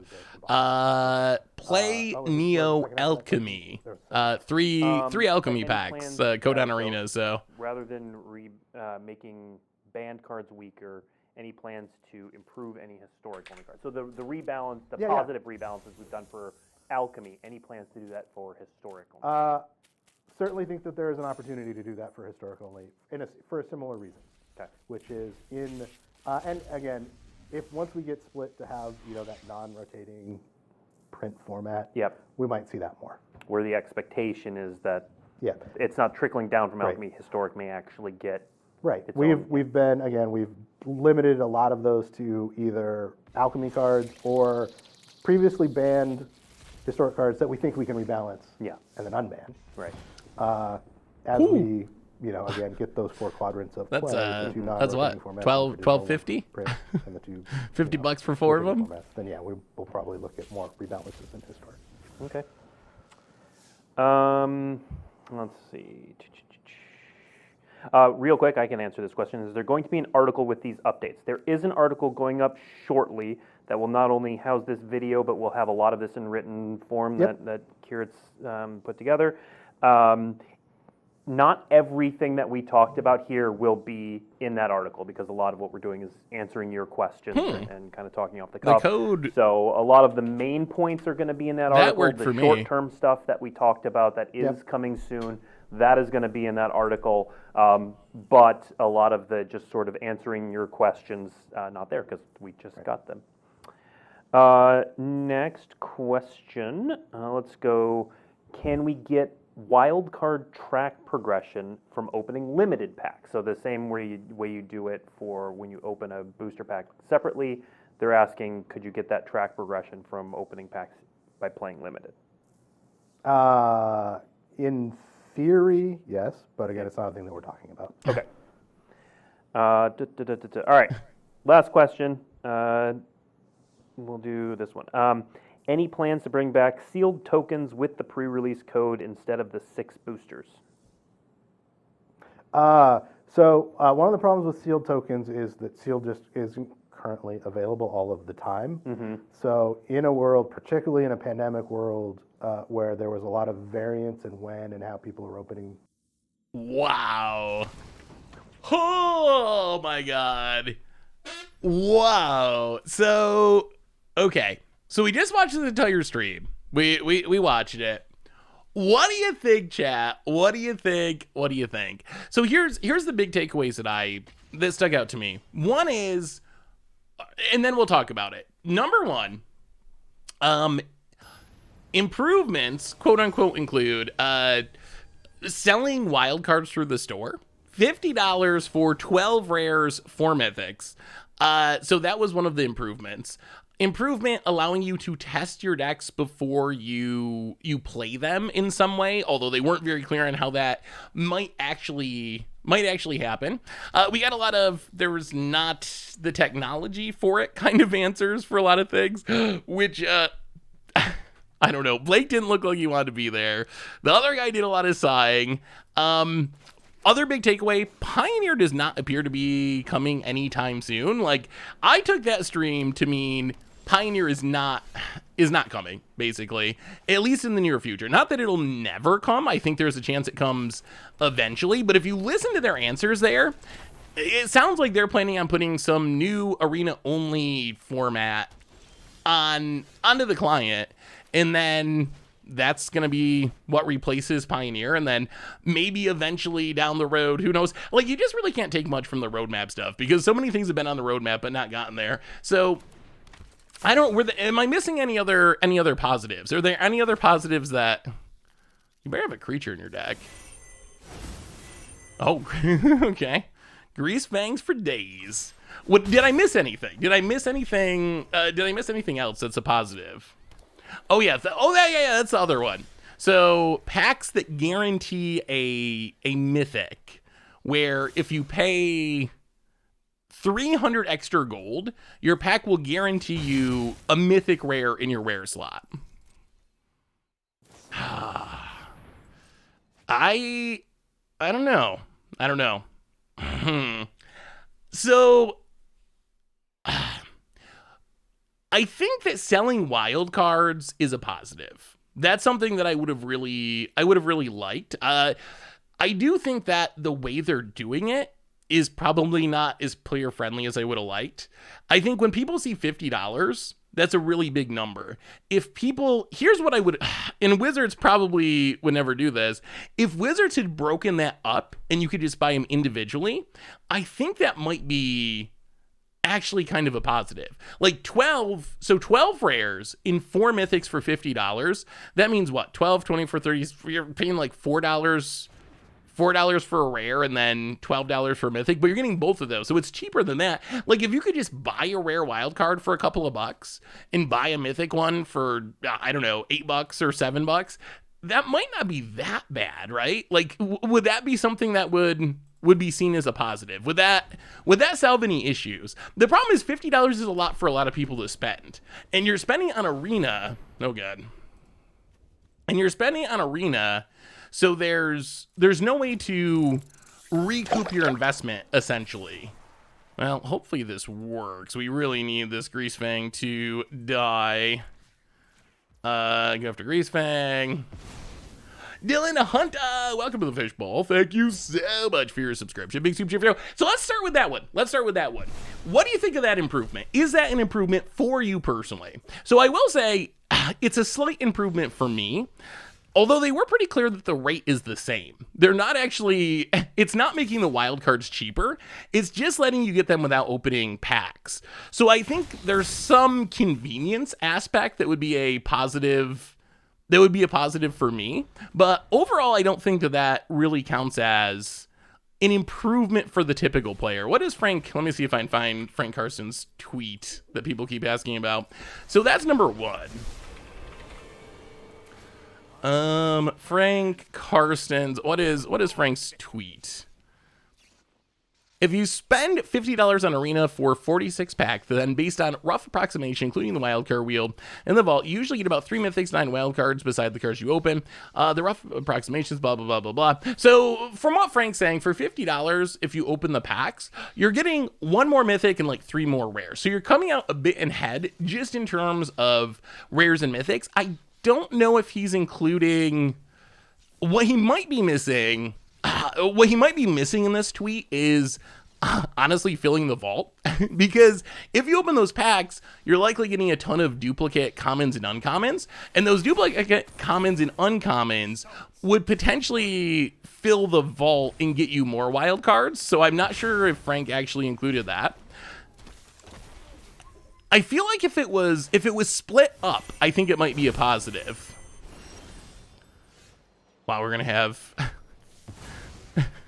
so more grease fangs than we're ever gonna need. So many grease fangs. Oh my god, we cannot draw. We just cannot draw a land here. We've drawn so many grease fangs. Imagine if we were playing against a real deck that was not just all grease fangs. This is kind of hilarious though. So it seems like everyone's saying that's not an improvement for them. Okay, how about this? How about this, chat? Let's say it was the same price, but it was broken up. we waste our wild cards so you don't have to. That's pretty good. That's pretty good. Let's say it was split up so you could spend $2 to get a rare wild card and $4 to get a $5 to get a mythic wild card. Would that make it better? Is it the $50 altogether that's a problem? If it was the same cost but split up, would that make it better or no? Because I think there's certainly like a lot of people just don't. Oh my god, we just cannot draw land. A lot of people just don't have $50 to spend on Arena, but a lot of people might have $2 to get a card to, you know, fill out their last deck. So all right, so that's one. We'll say not a huge improvement. Not a huge improvement. What about the mythic packs? Yeah, we're dead. We just could not draw land. What about the mythic packs? Do you think the mythic packs offer any value to you? So essentially, a normal pack is 1,000 gold. What this does is for an additional 300 gold, so you're paying 1.3 times the cost of a normal pack. For that price, you will guarantee that you get a mythic in your rare slot. You still won't have control over what the mythic is, obviously. It's not letting you choose the mythic or whatever, but you will know that you will get a mythic in your pack. I mean, I would have to do some math on that. I feel like that's got to be a positive to some extent, because if you're someone who opens a lot of packs, you do get to the point where you have all the rares, but you don't have the mythics yet. So being able to snag those last mythics that way. But again, both of those changes, here's my issue with those changes. And from my perspective, it's nice, but they both seem like changes that are primarily good for whales. They're good for someone like me who spends a ridiculous amount of money on Arena to make content, but I don't know if those changes are super beneficial for the typical player. If you're someone who bought the intro pack or you're free to play and you don't really spend that much money on Arena, like, I'm not sure if those changes are beneficial really hardly at all for you. Like, I don't know if that does anything for you really. So that's kind of my concern. I mean, I guess I'm glad that I am slightly less inconvenienced when I have to get the last mythic to play a deck, but still, like, that doesn't improve it for everyone. What do you think about what they said about Pioneer? That was the other big thing. They made it sound pretty clear that Pioneer is not coming in the near future. Oh my goodness, we cannot draw lands with this deck. They made it pretty clear that Pioneer is not coming in the near future. They're adding another format in the near future, but that format is not Pioneer. It's something that they have. You know what? Let's get rid of the Guard Mage. They're adding another Arena exclusive non-rotating format. They made it sound like Pioneer could maybe come eventually. I think at one point they did say the words like working towards Pioneer, but they're not building Pioneer at this point.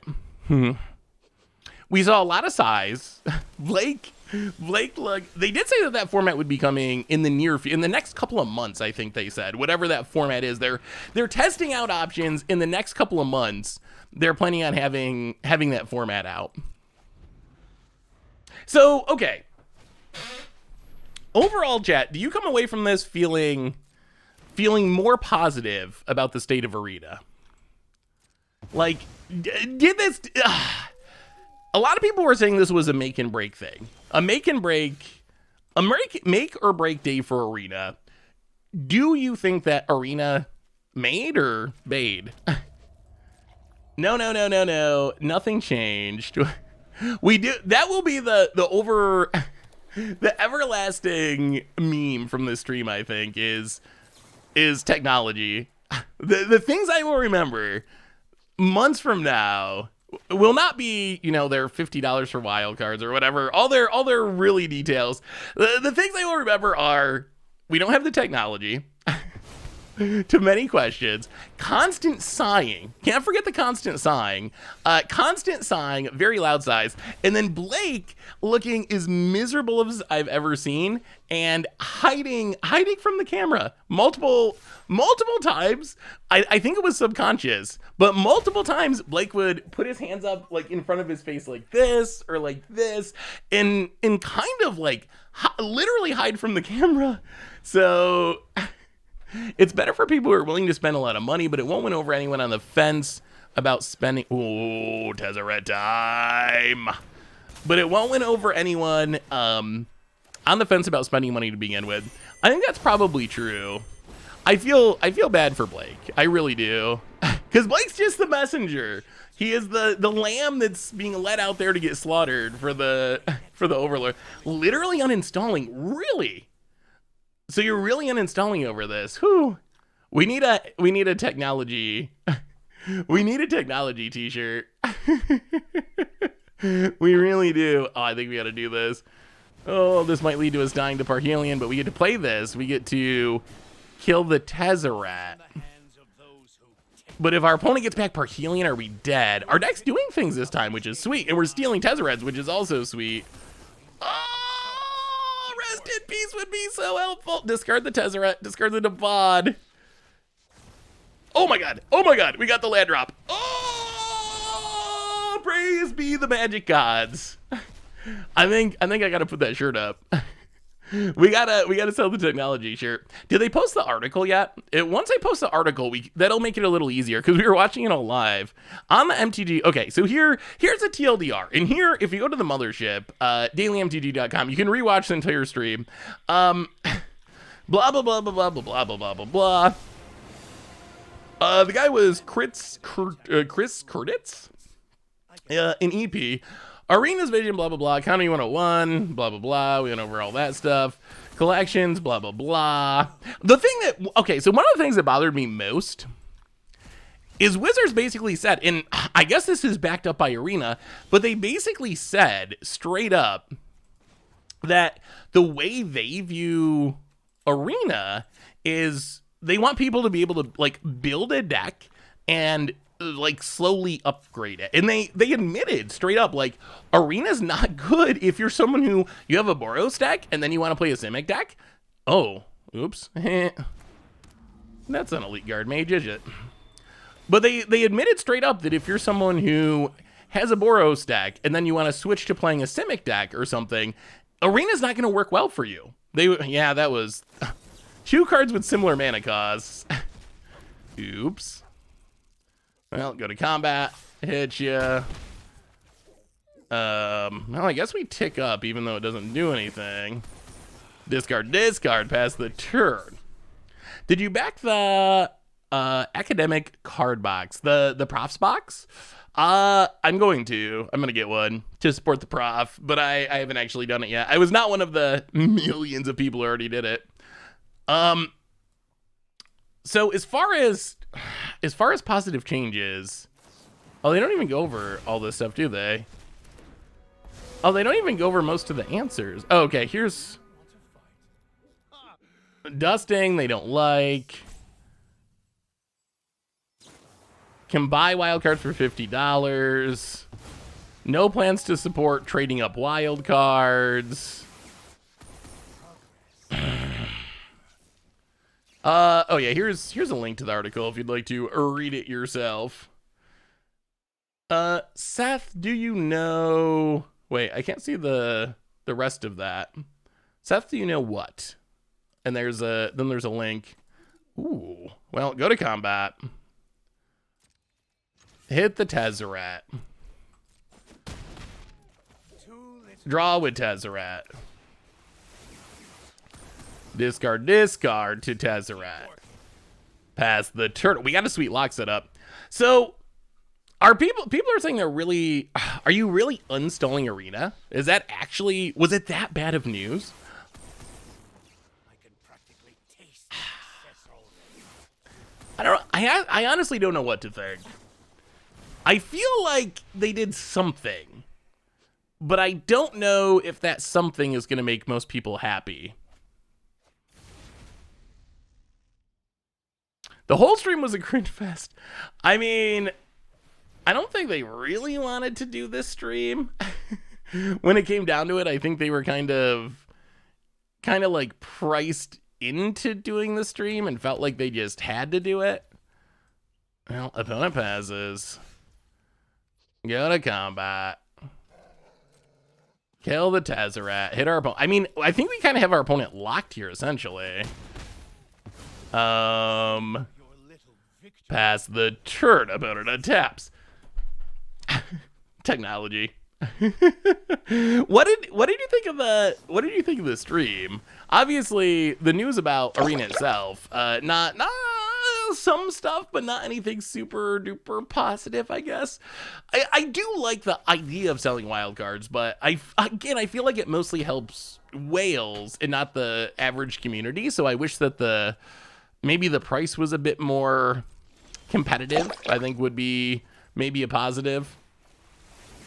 What did you think about doing a stream where we mostly just watch Wizard stream and react to it?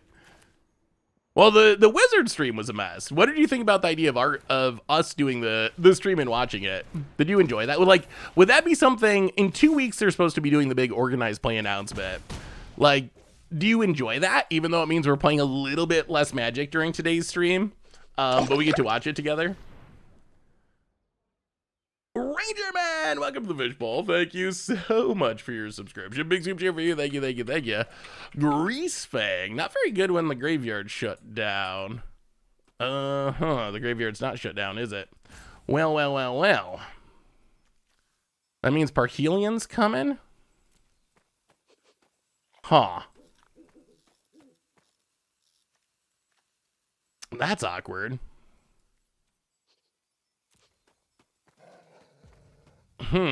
Wait, does this mean we're dead? When did we lose our graveyard hate? I didn't even realize that I thought we had a rest in peace. Did we not have a rest in peace? Where did our rest in peace go? So busy talking about the economy that we lost our rest in peace. Well,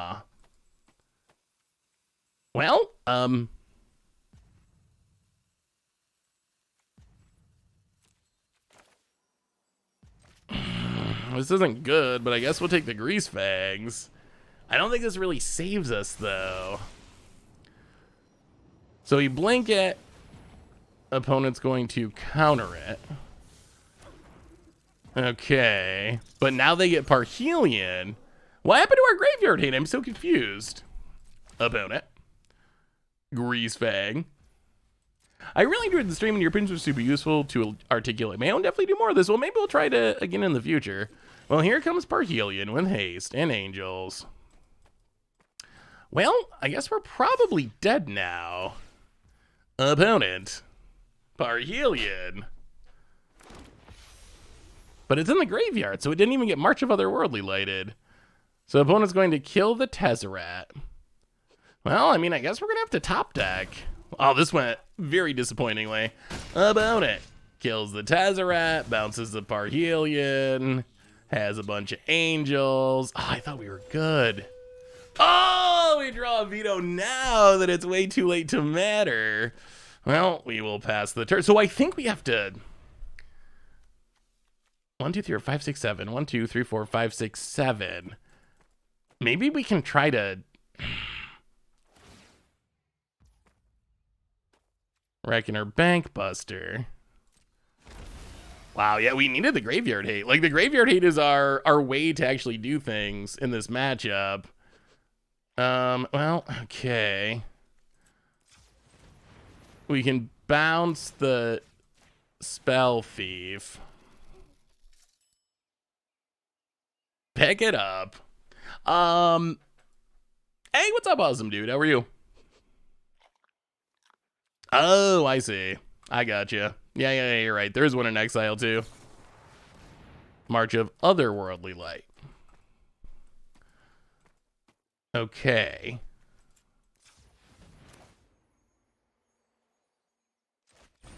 So we will Ephemerate the Spell Thief.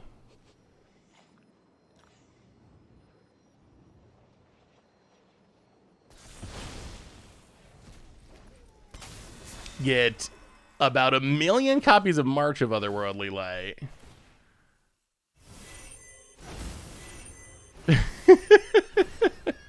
Not bad, not bad. I don't know if this keeps us alive, but that's not bad. And then we can kill this. Opponent's going to crew. Goes to combat. Attacks with everything. So we need to bounce with... Oh, his menace? Oh... 5, 8... Oh, that's 13. All right. Not good. Not good, not good. So we block and block. Riptide Laboratory. Yeah, I mean, we do have a bunch of removal coming. I'm not sure if it's going to be enough, though. We'll see. Without Graveyard Hate, the vehicles just keep flowing. Pick up the Harmonic Prodigy, loosen a bond, drop to 5. Opponent loses a Bank Buster.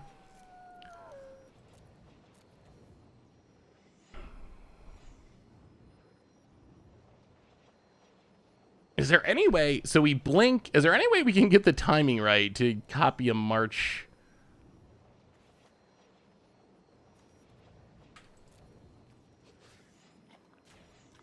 I don't think there is, right? There's no way we can copy it.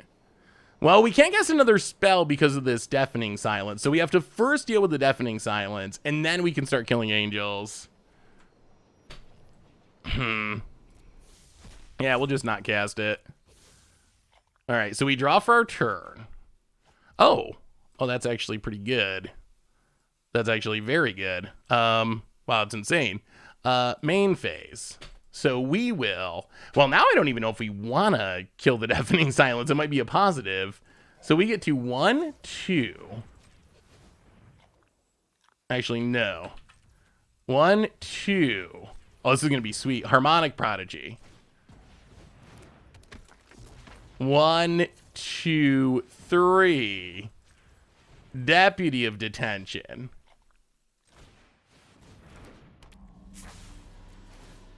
Get rid of the angels. Get rid of the Grease Fang. Oh! All right.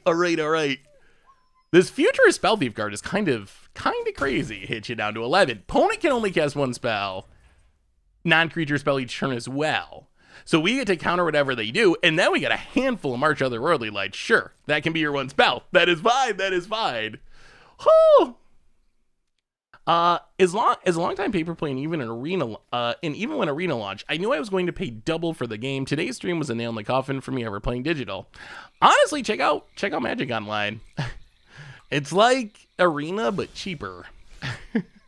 I know that sounds ridiculous, and it is ridiculous, but it is also true. If you are a budget conscious player, I mean, I mentioned this before. They talked about adding another format where you can test cards before you buy them to Arena. That's what Richard does right now with Magic Online. Richard takes in, builds a deck on Magic Online and to see if it's worth spending his wildcards on, and then he builds it on Arena if he decides it's what he wants. All right, Grease Fang. There's a Parhelion. Well,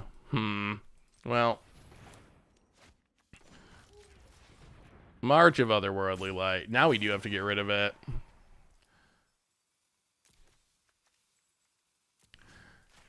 Get rid of the silence.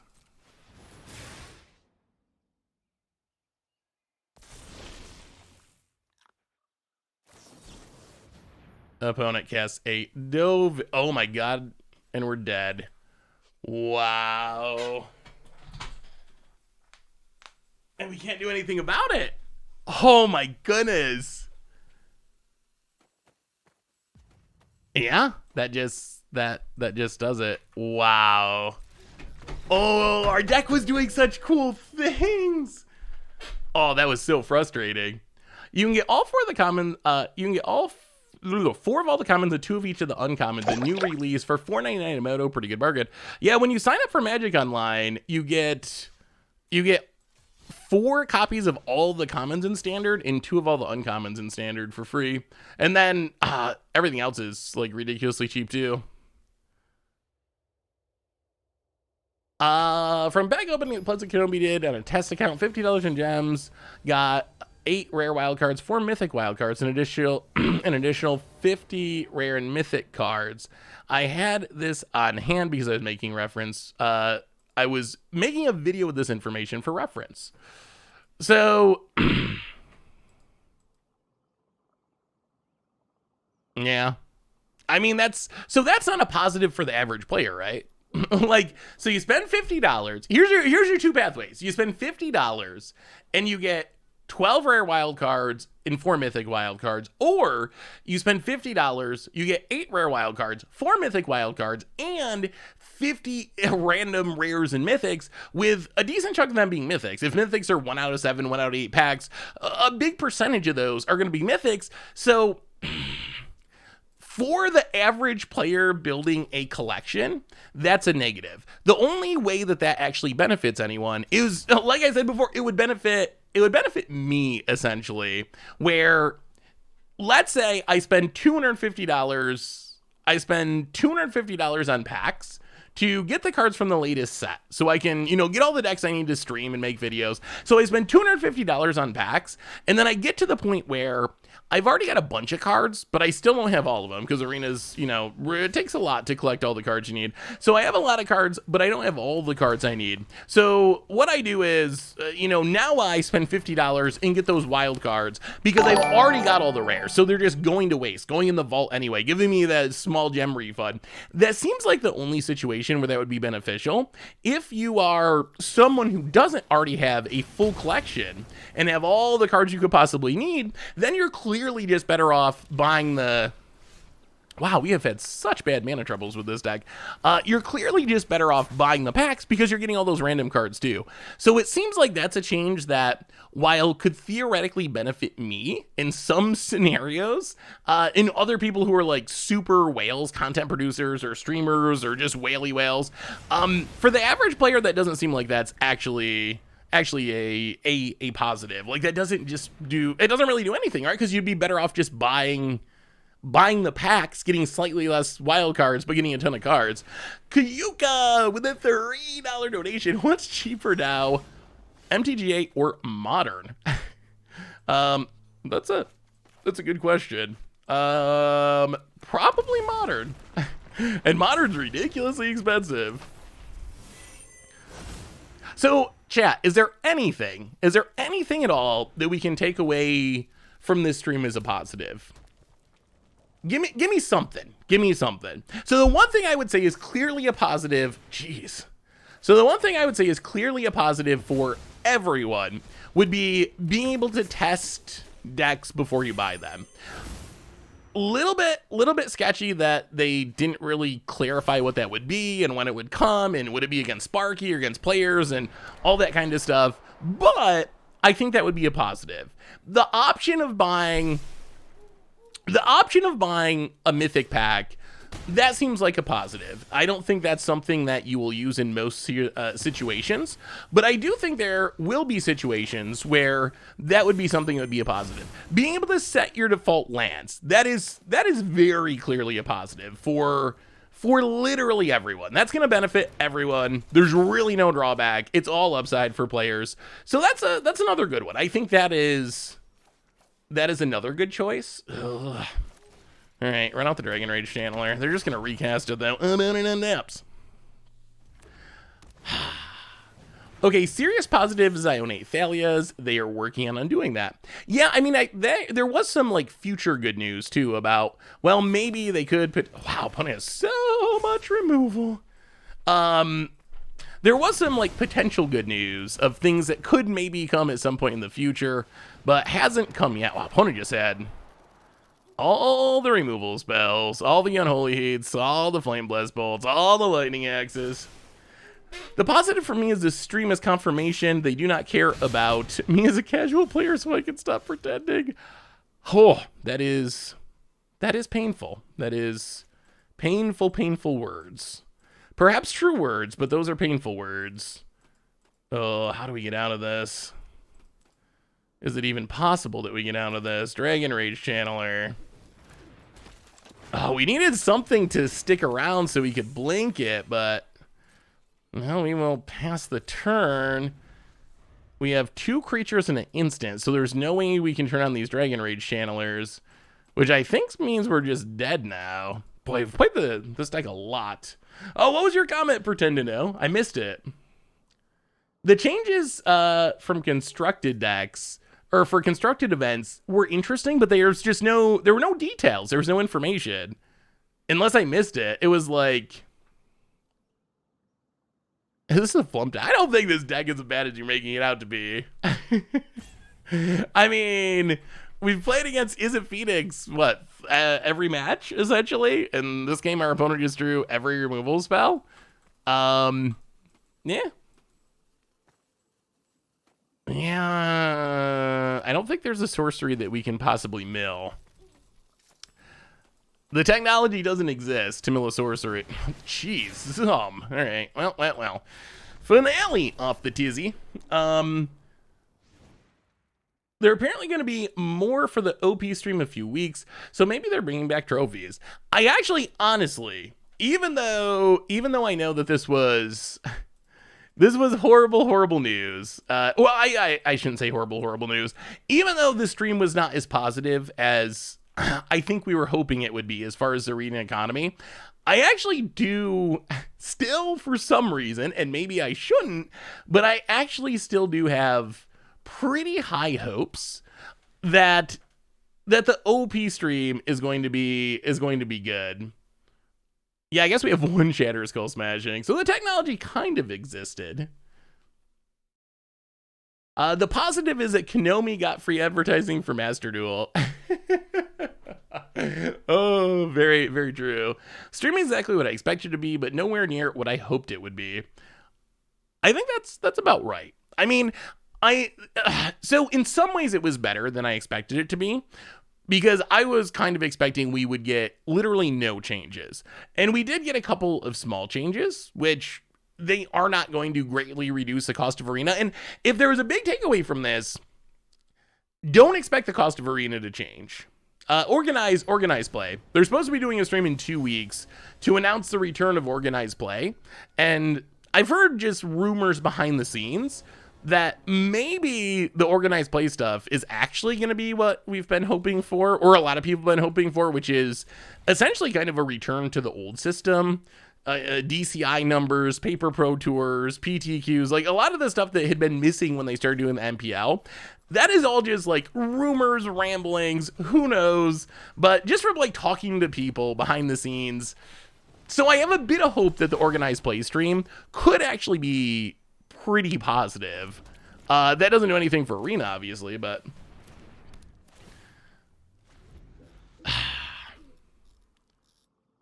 I mean, so I think the big takeaway is they did the stream, and what I heard, even though they did not say these words directly, but what I heard was, don't expect things to change. This is the economy. This is what we designed the economy to be. You will notice anytime they talked about the price of things, the cost of things, every time, really, they pretty much just said, this is what it is. This is what we wanted it to be. Are you going to make wildcards cheaper? No. Are you going to take in change the rates on any of this stuff? No. We're going to sell wildcards, but it's going to be at the same rate or worse rate than if you open packs, but it gives you a little convenience. There was nothing they said that sounded like the game overall as a whole is going to get cheaper. So take that for what it was.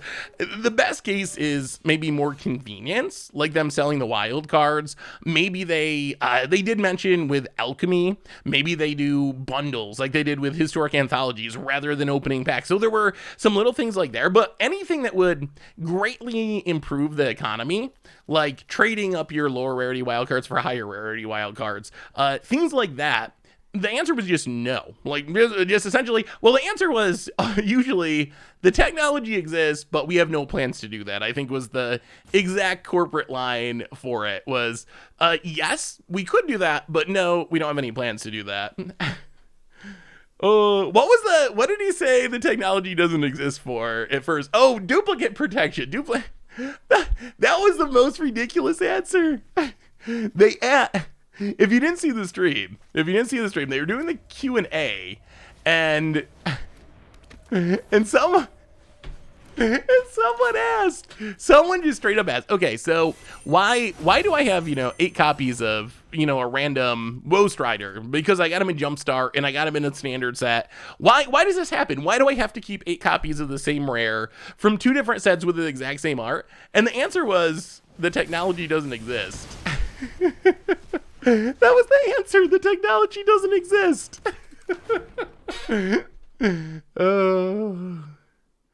Yeah, they are very anti-dusting about it. Gets it in us. Will there be an official write-up on the podcast from Goldfish reflecting on today's stream?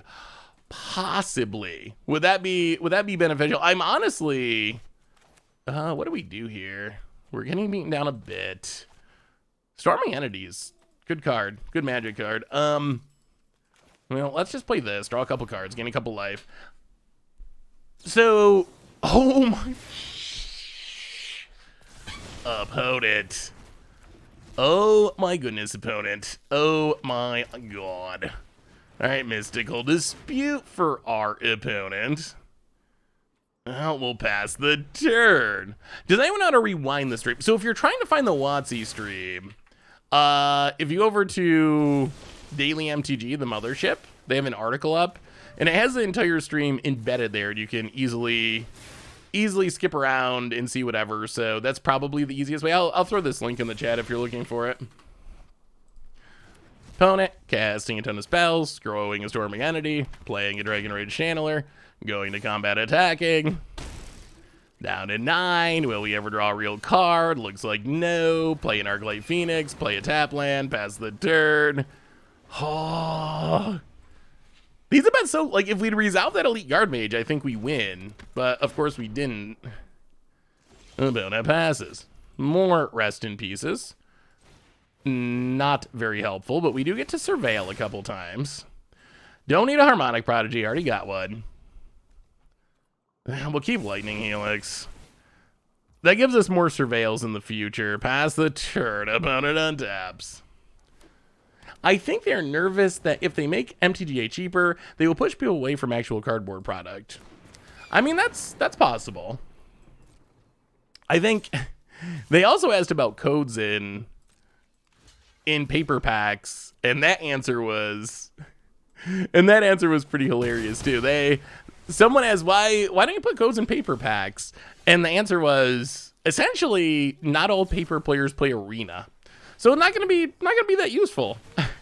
There's paper players who don't even play Arena. What are they gonna do if they get a pack for this Arena client and their booster? Which obviously is just a silly answer. Because obviously the answer is that would be costing them a lot of money. Like if they were giving it away, that's gonna make it, they're not gonna be able to sell it for nearly as much. Well, pass the turn. Oh my goodness. Come on, Wizard with the ETB. Come on. About it. Land. Oh no! Why must our opponent always top deck better than us? Opponent Storming Entity. And I mean, I do think it would very much change things if they were going to give away, if they're going to give everything away. Like, I can't imagine Wizards doing that, or they would have designed the game like differently from the ground up, probably. Well, okay, 1, 2, 1, 2, 3. Well, that's not the worst. Shatter Skull smashing. Kill the Stormwing, thankfully. All right, our one sorcery coming through. Deputy of Deputy, we're gonna mill it. We want something better. We want card draw. Oh, settle the wreckage, mill that. We want card draw. We want action. We got a Panharmonicon. We want to refuel. Kill the dorks. Pass the turn. Opponent adapts. What's on top now? Just to consider and some surveils. We're still in a fragile spot. We're still in a fragile spot, but we're close. We've milled a lot of stuff we don't want. Eventually, we're gonna hit that card draw, and then who knows? Opponent find something with all these surveils. So, wow, they didn't. They found a land. All right, we found a land. Pass the turn. Awkward match. Opponent also plays a land. Passes. Nice to you as well. Please action. We draw even more lands. Pass the turn. There is one good argument for not putting codes in packs, though. Would it even be possible to have enough unique codes and still have them secure and unguessable? I mean, I guess that's true. Well, let's pick up our Harmonic Prodigy. We're not doing anything else. The opponent goes surveilling, goes attacking. We kill the Dragon Rage. Go to 8. There we go. There we go. That's what we were looking for. Elite Guard Mage. There we go. And we got the Riptide Lab. So now, oh, and the Ephemerate. Okay. That is exactly what we wanted. Now we should be good. Opponent passes. Oh, take that Arclight Phoenix. Take that. Ooh, Expressive Iteration. That's our opponent's maybe their best card. Gonna get interesting. Here comes the action. I mean, you could just add more digits. I'm sure there's, like, Pokemon does it. So I'm sure there are ways that they could do it. And the idea that some players won't use them, I think is just kind of silly, because while that is true, with Pokemon, if you're someone who doesn't play digitally, you just sell them and to someone who does use them, so they would still get used. The problem is it's basically just giving money to players. Like, that actually would make the game cheaper. So I assume that's the real reason why it's not actually happening. Wow, we go double removal spells here? Ooh, okay. We did. All right. Well, pick up the Guard Mage.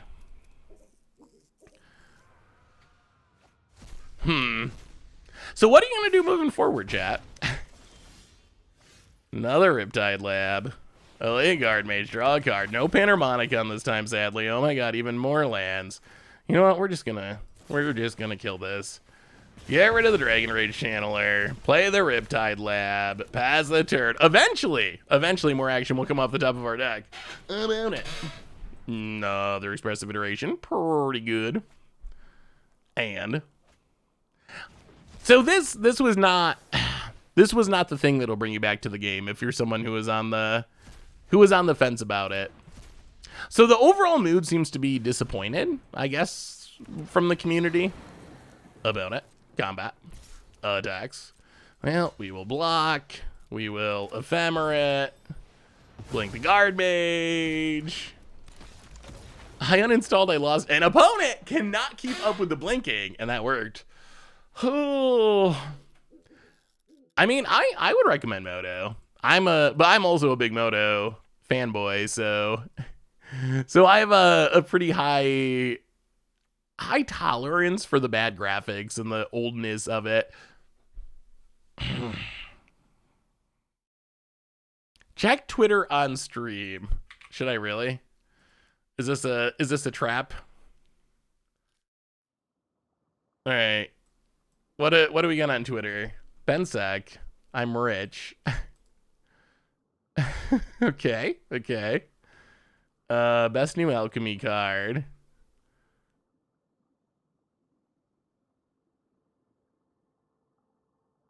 For $50, you can buy a full version of Elden Ring, a full version of Total War Warhammer 3, 10 or 15 cinema tickets, access to almost any deck on Moto for a month, 0.8 grams of gold, or 16 cards, on Magic the Gathering Arena. The economy is officially fixed. I'm really going to download Moto again, aren't I? Paper Magic's outsold Arena 3-1 this past quarter year. There has never been a better time to download Magic Arena. That might be sarcasm. The main disconnect here is that Magic Arena team thinks opening packs is fun. We talked about this on stream. Maybe opening actual packs and having the cards is, if you love to gamble, but digital packs certainly are not. Amen. Amen. Amen.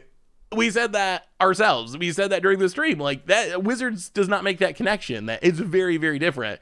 The booster pack dopamine hit does not exist when every rare and mythic works exactly the same as each other. Magic's greatest strength has always been tabletop play, but a close second is being able to own and trade the cards. Magic Arena, y'all are clueless. We said that. Way to go, Todd. Exactly. Exactly. Oh my god, we gotta add something to the deck. Okay, so it seems like everyone is kind of saying the same things that we are. I'm really going to download Moto again, aren't I? Great stream from Blake and Wizards Magic Arena. A lot of answers and communication about what's coming, even if it's a bit hazy. My question is Pioneer still a long-term goal, or is Pioneer being replaced by a yet to be announced non-rotating format? Well, I don't know. I spent all day with my children, didn't catch a word of the Arena economy stream. I figure I find myself lucky, consider myself lucky. Have a perfect solution to Arena wildcard deck assembly problem. Stop playing constructed. All right, Ben, we know you love limited, Ben. For $50, you can have 16 wildcards in Arena or borrow any Pioneer deck from Mana Traders for 3 months. I mean, that's actually true. That's part of why I really love the Moto economy. The rental programs, Mana Traders and Card Hoarder, are just so good. I love Magic and won't stop playing, but it should be easier for new players starting out. Next generation players' value is worth more than short-term monetary value. I mean, yeah, all right. It does seem like people are not super happy. And I would say, oh my god, one land, one keep. One land, one keep. One land, one keep.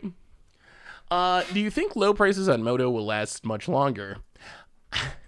So I think there's a legitimate question. You know, we're going to keep this.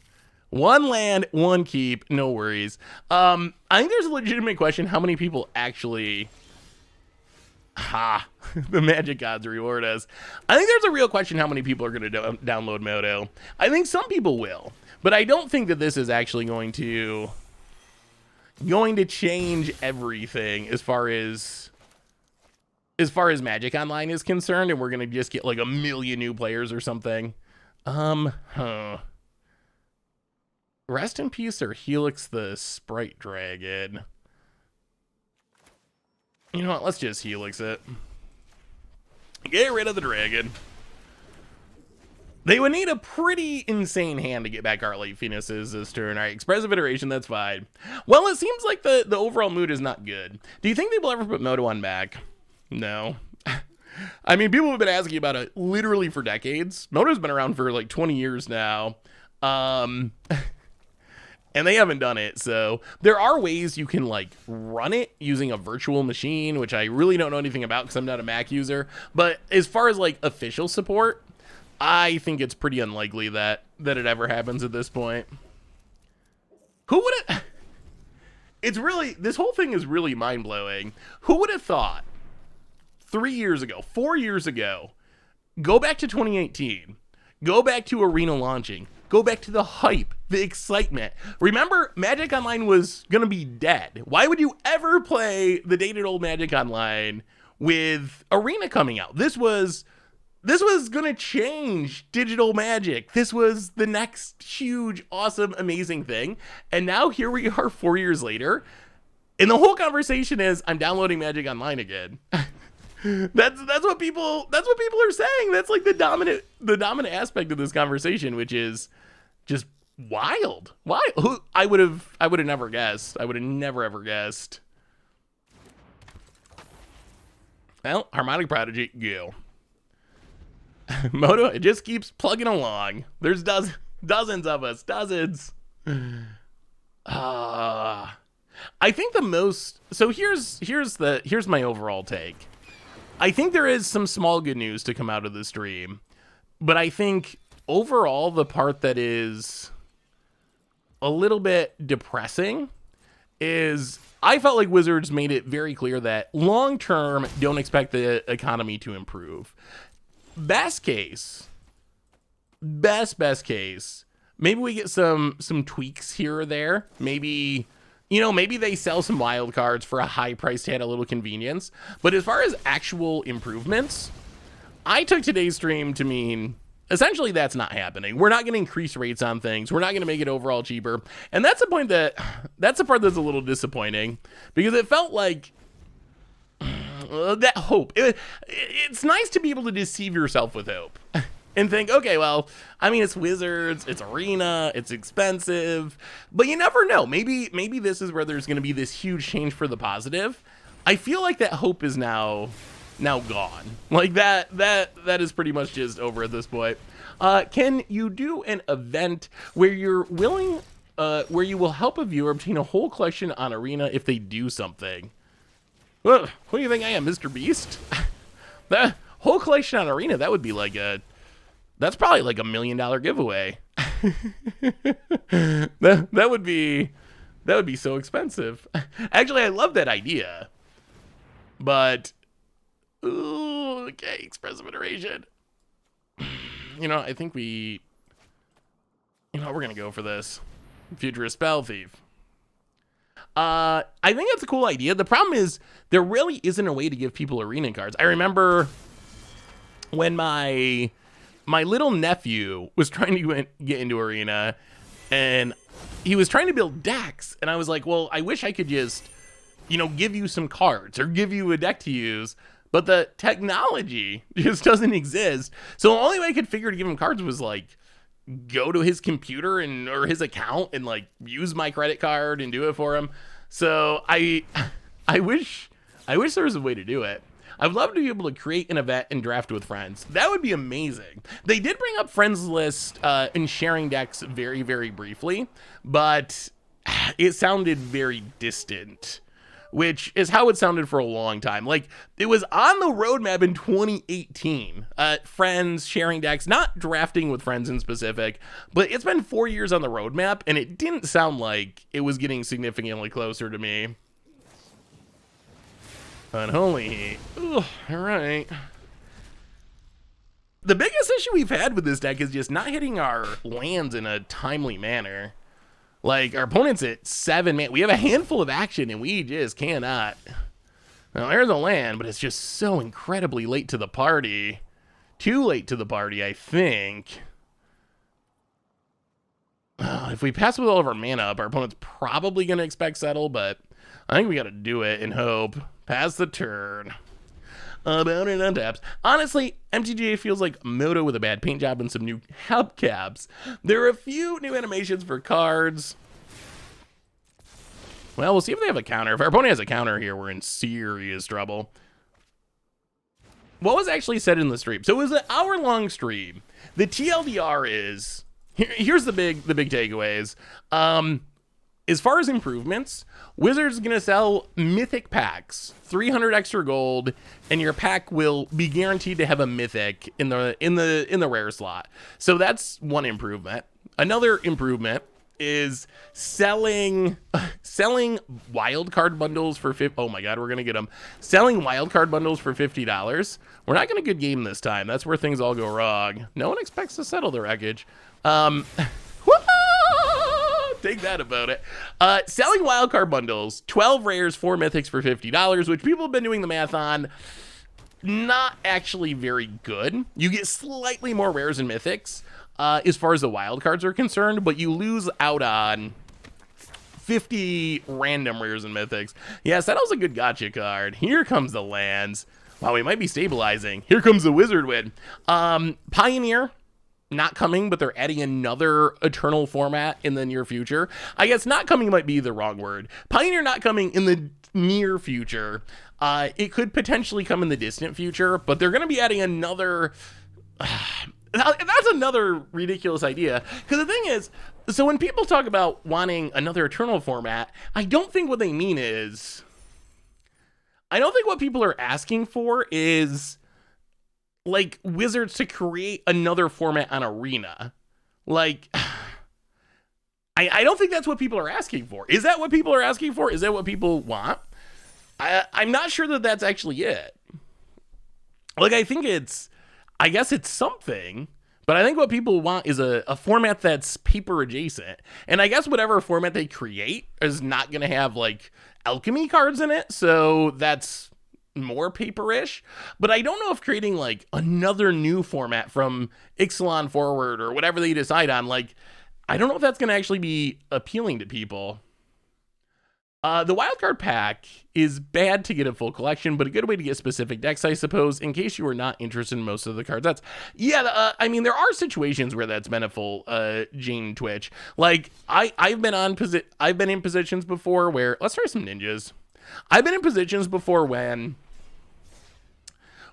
I have already had all the rares in a set from buying packs, but I still needed like some mythics or whatever to be able to complete a deck. And the only way to do it is to buy a bunch of packs and get a bunch of random gems in those packs because of the duplicate protection thing. So in a scenario like that, that would be actually a positive, because just the random cards don't really do anything. But for the typical player who's just trying to build a collection and get wild cards to build a deck, you're probably going to be better off buying... You're definitely going to be better off buying the actual booster packs, because you're going to get a bunch of random cards to go along with the wild cards. Not quite as many wild cards, but close. What do you prefer, one Solitude Borderless or a bad wild card pack?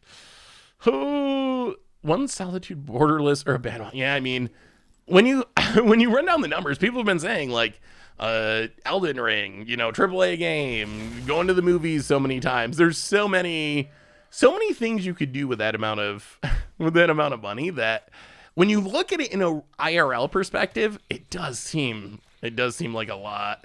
Well, opponent. Hey, shrines. Spicy. Ooh, scary. What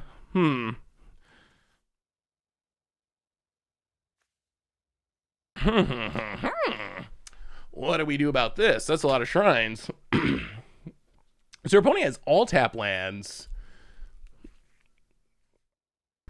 Don't forget that the construction events will now offer rewards similar to draft and possibly become ranked. Yeah, that part seemed like it had potential to definitely be a positive. I just wish we had gotten a little more information, essentially, about what that actually means. Maybe it's just because there was so much other stuff thrown in that didn't come across like massively positive that... So I think we take Sterling Grove, Thousand Face Shadow. So I'm like, I'm cautiously optimistic that the event changes could end up being a positive, although it's really, really, really difficult to say for sure, because we just really don't have many details. Well, get him with Thousand Face Shadow. Do some palm biting. Pick him up, pick him up. We probably just got to take... yes, please. I think we just got to take the... Oh, Cephas too. Well, take Sanctum of all. We're just going to strip our opponent's hand. It was hilarious that Blake actually suggested...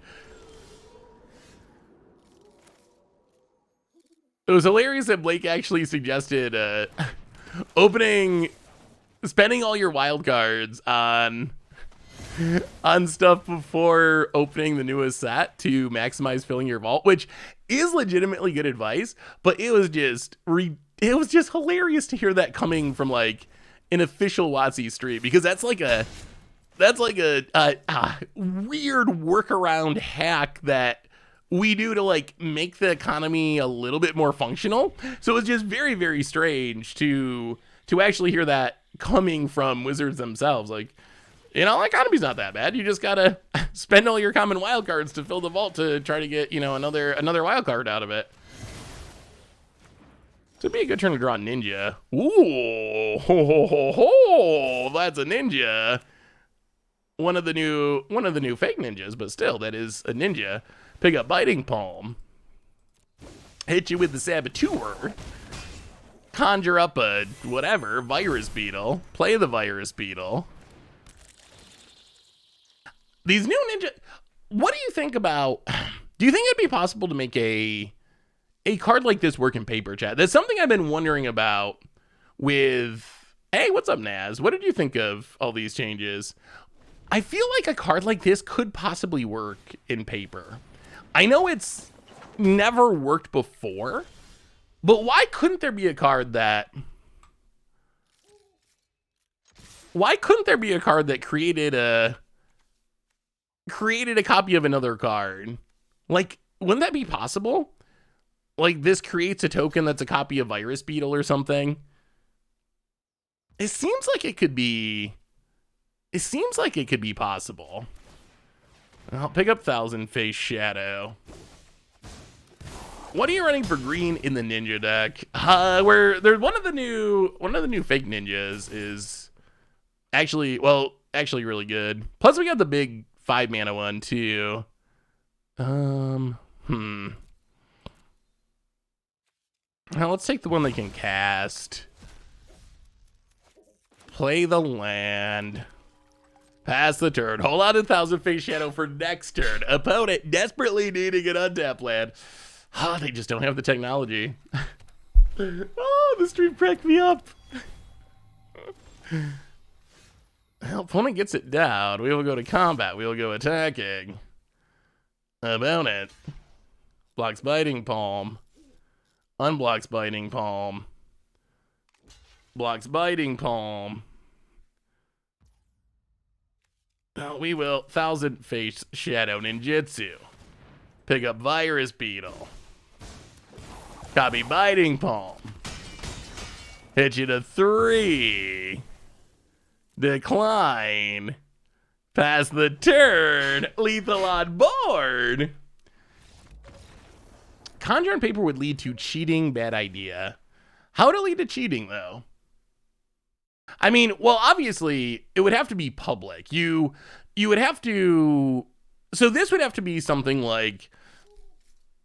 When it deals combat damage, add a copy of Virus Beetle to your hand. There are definitely issues with it because... yes, you did miss the economy stream. Although, depending on your thoughts about the arena economy, might have been good that you missed it. might have been a blessing in disguise, so to speak. The general thoughts from the community and from us didn't come across overwhelmingly positive. It was not exactly what players were hoping for. Basically, the news was it just wasn't overwhelmingly positive. The economy is not getting greatly better.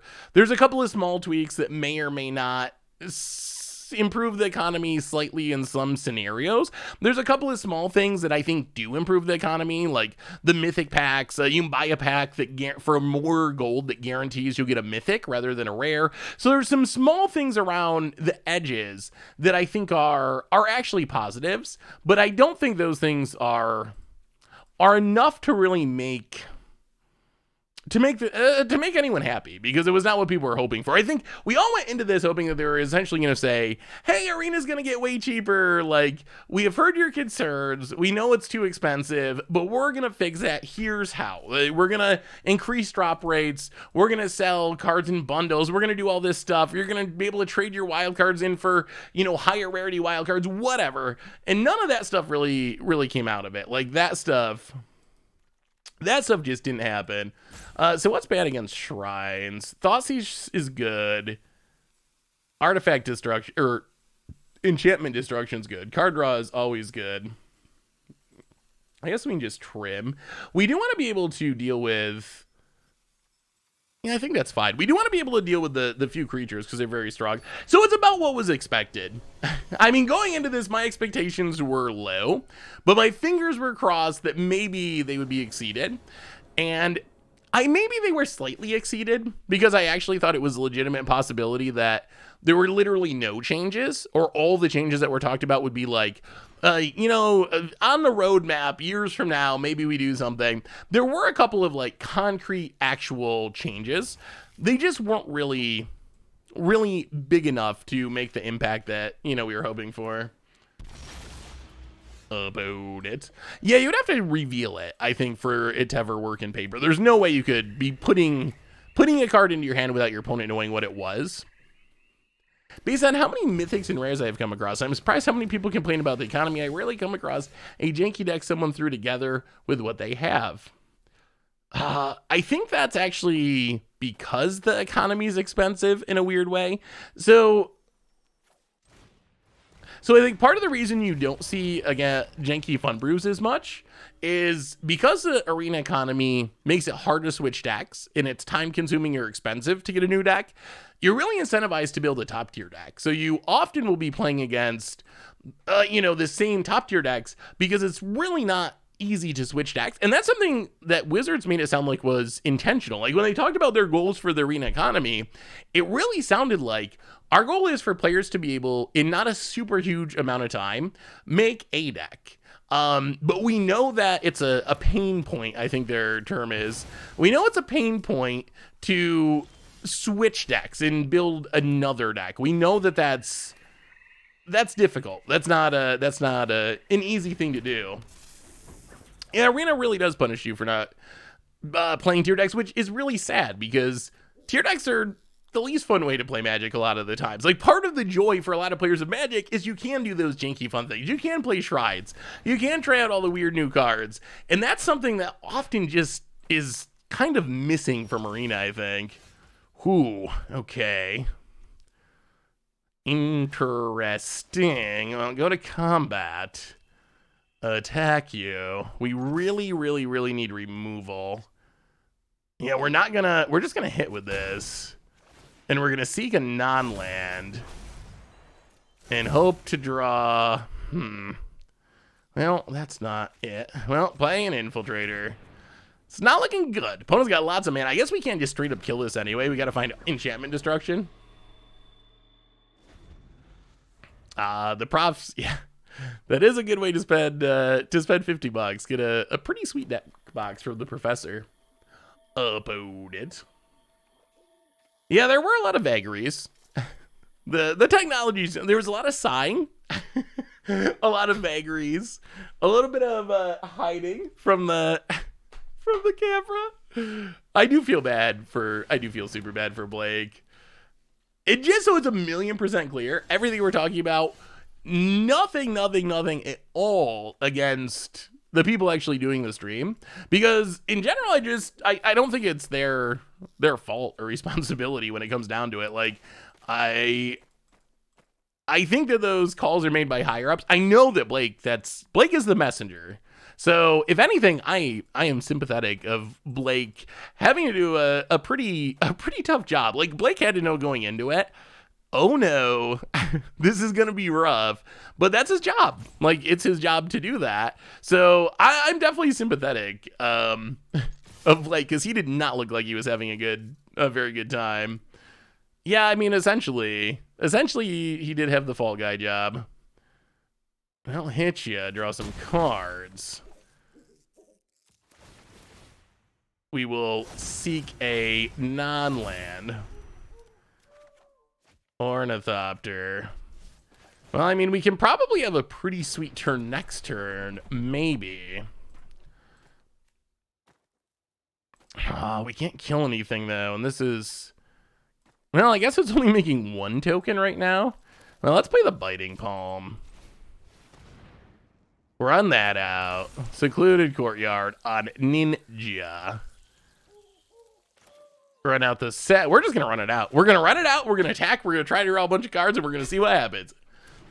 After sitting a thingy on it, I'm going to spend my $50 on Elden Ring. At least I get a whole game instead of 1/3 of a Magic deck. I mean, we were looking at the prices during the stream, but if you think about the prices, like, if the idea of those prices is to just buy a deck, let's just look at the top tier standard decks. So $50 gets you 12 rares, 4 mythics, let's look at the top 10 most played decks in Standard, and look at the paper prices. And this is TCG mid, so if you scrounge around, you probably get them even cheaper. Paper prices, 183, 150, 300, 279. So between 150 and 300, you can buy the top tier Standard decks. Oh, they had a Wrath? Oh my god. Well, I was not expecting that, unfortunately. We'll play this on Ninja. That's bad. We were going to draw a million cards, but now we're drawing nothing, and our opponent's got a Shrine going. They did lose their mana, which is somewhat helpful. But look at these prices. Look at these prices. Opponent, sure, making more mana. Well, when Shrines gets going, they're hard to stop. So, mono white aggro. 42 rares, 12, 24, 36, 48. You're gonna have to spend 150-ish bucks to get the rares you need. Or the mid-range, 8 mythics, 48 rares, 200 bucks. 9 enchantments, 1 mythic, 36 rares, 150 bucks to get those rares. 8 mythics, 26 rares for Jeskai combo. So that one's one of the cheaper ones. You're looking, what, 100 and little over 100 bucks. Selesnya mid-range, 943, close to 200 bucks. 1131, 150 bucks. 49 rares, 200 bucks. Rakdos Artifacts, actually kind of an almost budget deck, but even that you're gonna need to spend what? Buy 2 of those packs, so around 100 bucks. Is it Dragons? Over 100 bucks. So wow, 56 rares from Naya Aggro. Everything. That's almost 250 bucks. So if you add all that together, you're looking at, if you just buy those bundles that they talked about, you're looking at 100 at a minimum to 200-ish to get a top tier deck that way. And it's a sunk cost compared to paper. In paper, some of those cards after rotation, maybe you play in a Liberator, eh? Some of those cards, maybe you end up playing in, I don't know how we beat this Shrine, honestly. That Wrath just got us good. So we can double kill things, and well, let's attack. Opponent. I presume will block. Opponent blocks. But that's really expensive, and it's, again, a sunk cost where you can't trade the cards. You can't sell them at rotation. You can't use them in a commander deck down the road. It just kind of goes away. Do you think they added stuff about cheaper collections so that when someone does another video on it, it only costs $500? Maybe. Well, the technology doesn't exist, Yellow. That's the problem, Yellowtail. The technology just doesn't exist. Wow. I hear there's yet another reason to just play Commander. On a serious note, it's baffling to me that Wizards would make such of a big deal out of a stream discussing the arena economy issue for months, and then the big reveals are letting people buy a dozen cards for $50, or it would be baffling if it weren't par for the course. Whoo! Yeah, I mean, he's not wrong. Hey, so they made a spicy, modern, and Staring Bridge Exalted deck called Build a Bridge and Get Under It. Ooh, let me see. I've never actually seen that as a game plan. I've played a lot of bridge decks, but I've never tried to get under it with Exalted. So you can play 0 power creatures, but then Exalted, so you can still attack through the bridge. Ooh, I like the hot soup. That's spicy. I like it. That's a really sweet idea. I mean, Bridge is a really powerful card. Oh, yeah, this is... All right, I think we may have reached the end of the line here. Kill a token, untap, draw another land, kill a token. Yeah, we'll see what we draw here, but I think our opponent's reached the point where we can't get through this. Opponent's gonna block. We get to draw a card. They're just making too many tokens. That Wrath. Oh my god, another land. Plus, we drew every land in the world. Opponent drew 3 lands. We drew 30. I am waiting for the announcement in 2 to 3 weeks that the $50 RAD code will be reduced to 25 or 30, and they'll say, "Look, we heard your praise us now. Oh, look, we heard you praise us now, please." Yeah, I mean, maybe that would actually be. I mean, that would be awesome. I hope that actually does happen. But I think because when they describe the whole thing, it sounds like that's what a wild card costs when it comes down to it. Like, that's how much a wild card costs, and they don't want to make it cheaper, basically. Hey, what's up, Gyros? How are you? Good to see you. So I don't actually have high hopes of them changing those prices because it definitely sounded like that's not something they're even considering. Like, they have rates for the economy. They know how much the economy costs, and things cost in the economy, and it is what it is. And you gotta just make the best of it, pretty much. But Wizards didn't make a big deal out of the stream. They had to do it because everyone was complaining. That is true. I think the community, all of us, made a big deal out of the stream because we're so desperate for good news about the economy. But I think Wizards honestly would have preferred to not do this stream at all, given the choice. If they had the option to not do this stream, I think they would have not done this stream. Hit ya, draw a card. Oh, there's our green mana. Ornithopter. Well, Compotech Wrecker could be good. Haven't even played a game yet, and I already hit a moto error. Is this a rite of passage? Wait, what is your moto error, Snow Source? Sanctum Weaver. Now play in the land, go to combat, attack. About it. Gonna get wrecked? Gonna get copped? Yeah. Compotech Wrecker. Wreck our opponent. Oh, the technology does exist. It exists right here. Draw 3, remove a counter, exile your Sanctum Weaver out of here. Draw some cards. Ooh, those are good ones. Ornithopter. Changeling Outcast. The card draw cometh. Pass the turn. The price of wild cards is fixed at the beginning. It increases value each time a new set comes out, since the rate of delivery is not increased with them. Oh, opponent. Really? Hitting our card draw. That's not nice. Well, if you're going to do that, I guess we're going to have to Thoughtseize you. Opponent goes to 10. We Thoughtseize. We will take Honden of Seeing Winds. That's 2 turns away and it draws 1 card. We'll take the borrow time. Replay the Ornithopter. Play the tap land. Pass the turn. Come on, ninjas! Come on, ninjas. Opponent. This gives us a 2-turn clock, so we're basically, the game plan is just to win. I think there's an argument for picking up the Compotech Wrecker, even though it technically means a 3-turn clock. Ooh. Wall of Chaos, welcome to the Fishbowl. Thank you so much for your subscription. Big Soup Game for you, thank you. Yeah, it probably, well, with how this played out, I guess it would have been worth it. Well, okay, Thoughtseize you. Take the Honden. Hit ya. These Drown in the Locks aren't looking great because we just haven't been able to get our opponent to get any cards in the graveyard. I'll pass the turn. 1 card in the graveyard is not enough. We need more in the graveyard. Cycle that Triumph for us, opponent, please. Kaboo, MTG, welcome to the Fishbowl. Thank you so much for your subscription. Big Soup Cheer for you. Thank you. I mean, so I'm not going to stop playing Arena, period. I think Arena, there are things I like about it. There are definitely upsides of Arena about it. Oh, this is fine. Well, they're going face? Okay, never mind. Sure.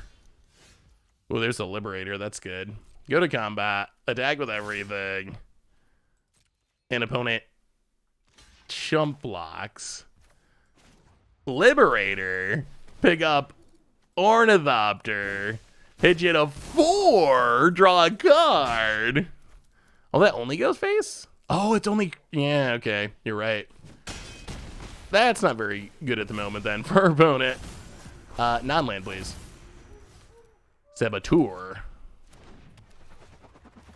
Pass the turn. Opponent taps. They need something big. They need a Wrath. I think that's their only hope. Opponent, is it a Wrath? They cycle the Triumph in desperation. They don't have the mana for the Wrath. And I think they're dead.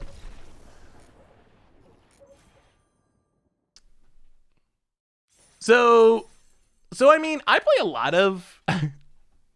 lot of Magic Online because I love Pioneer and Modern, but I think I will still play. I can't imagine just completely dropping Arena. So I think that Arena for me still has a role, but I'm super proud of everyone for uninstalling. For me, it's my method of making content, so I won't, but mad respect for those who do. Do you think people are really uninstalling? I always wonder if people are actually uninstalling. The economy seem really bummed me out. Well, I don't blame you for feeling bummed out because it was kind of a bummery stream. Although I had a lot of fun watching it. It was kind of fun to watch. We got to make fun of the technology or lack thereof, the sighing, the hiding. It was kind of fun, even though the news was not what we were hoping for sure. Well, we got the infiltrator. This hand's fine. You missed the economy stream, although if you'd like to see it, Vince said he wasn't going to buy into new Cabrera. Wow, I mean that's a pretty strong. That is a pretty strong statement. I mean, I wonder if it's do you think it's possible that enough people stop buying into Arena that Arena would actually change? Like, is that a thing that could happen? Could that actually happen? Or is there so many people that even if Vince doesn't do it, or even if all of the people who are on Twitter and make content and, you know, watch streams, if we all did it, do you think it would actually matter? Or do you think there's just, tens of millions, or, you know, I guess not tens of millions if there's 10 million overall, but, 9 million casual players who have no idea who any of us are. and it really doesn't matter what any of us do. Double Archmage Charm, eh? Well, Ornithopter. Come on, Ninjutsu Ninja. That's what we want. Opponent plays a tap lad. Opponent passes. 2-mana Ninjutsu Ninja. That works. Play the land, go to combat, attack you. Jukai Liberator. Basically a better Ninja D-Powers. Get in. Strikes work. That's how we broke out of the Industrial Age. Well, but don't strikes usually involve everyone stopping working? Like, that's the question. Like, obviously, if everyone stopped playing Magic Arena, that would make things change. But there's no way to even reach everyone who plays Magic Arena because a large percentage of the people playing Magic Arena probably have never heard of me or watched a stream, and they just like, whatever, play because it's a fun game and they free to play or whatever. Hey, what's up, Jen? How are you? No, they are charging more. Mostly everyone's disappointed because there was a stream about the economy today, and even though they're not charging more, they're also not making any big improvements that were kind of hoped for. There's some small pseudo around the edges, maybe kind of improvements, but none of the big things that were really on people's lists. Let's actually maybe we should hold that. Let's play Ornithopter. And opponent's at 6. Well, I guess we gotta play this then.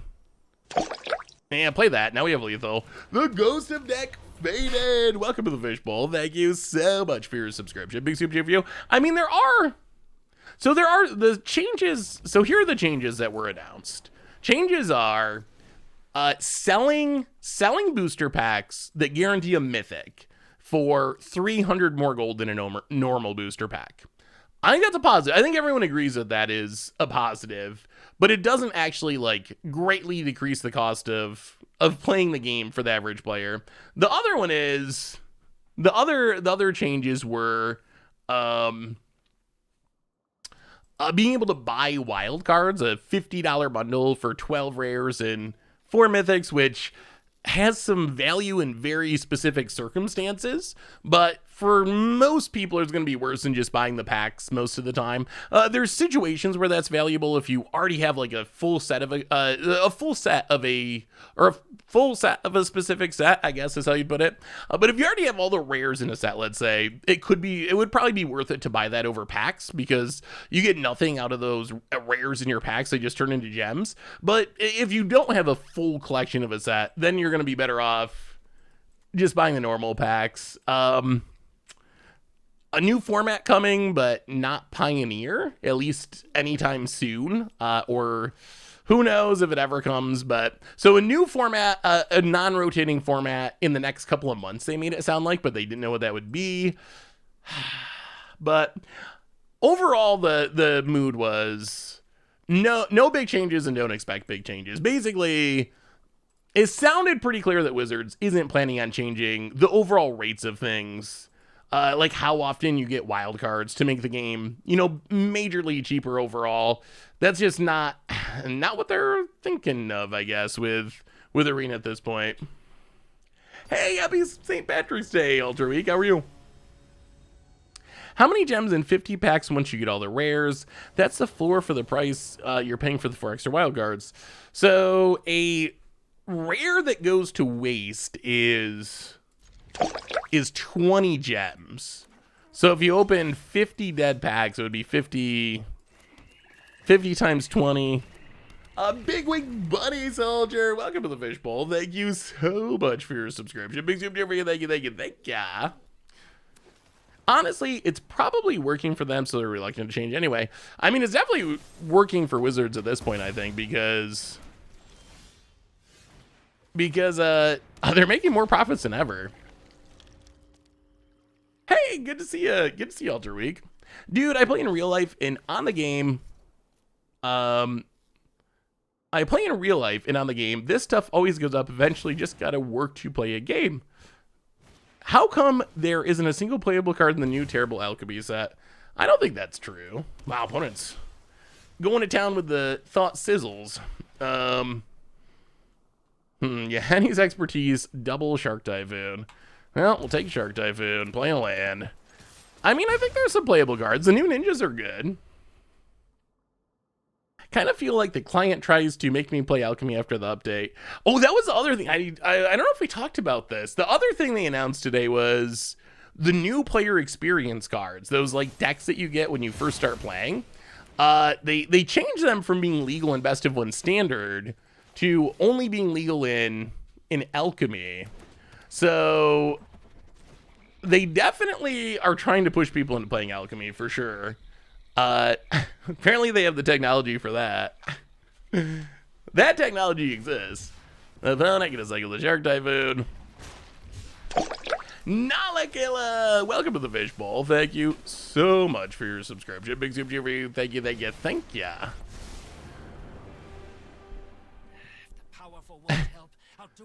Well, let's get in with the Ornithopter so we can draw a card with Kaito. Yeah, draw a card. Ooh, 1,000-Year Shadow. All right, pass the turn. Phase out Kaido. Pass the turn. Also, once you join the Alchemy event for 1k XP, it will continue to urge you to resume when you press the play button. Yeah, I mean, it definitely seems like Wizards wants people to play Alchemy. Also in deck building, if you go to make a new deck, it defaults to Alchemy rather than any other format. Go to combat. Attack. Opponent blocks. Sure. Well, draw with Kaido. Kaido's actually pretty good. Land on Ninja. 1,000 Phase Shadow. Go. Hey, thank you for the cheer, by the way.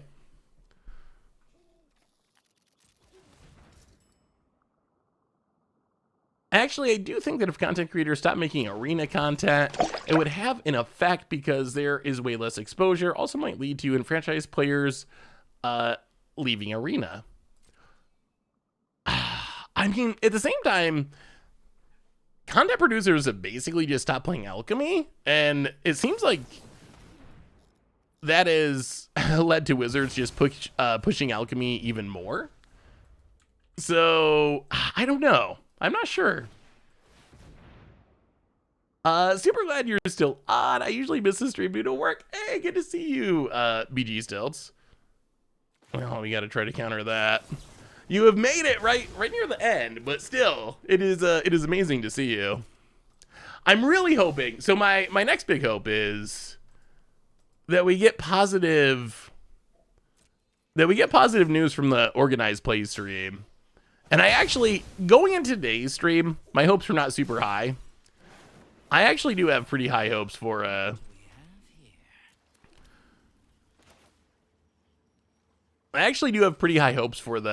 organized play stream, though, that we're gonna get good news. It's hard to blame people for not streaming alchemy when viewership tends to be so toxic about it. Yeah, I mean, I think that's ooh, Kefnet, eh? Huh. Negate. Well, loot. Ultimating this Kaido would be so sweet, but I don't know if it's going to be possible. Oh my goodness. Opponent. I want to see an ultimate Kaido. 2 weeks from now is the OP stream. And I'll have to see. We can talk about it over the next...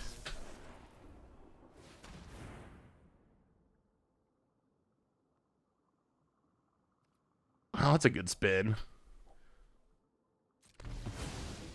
We can talk about it over the next couple weeks. If it's something you're interested in, I'm not sure if that's something that interests a lot of people or not.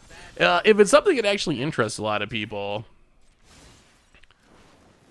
we could do something sort of like today's stream where we watched it during our stream. Oh, it looks like we're gonna end up just short of ultimating. That Kefnet spin was huge for our opponent. They hit another Yahenni's expertise. If they didn't hit the Yahenni's expertise, we would have been able to negate it and then ultimate Kaido and then most likely win. Well, negate that.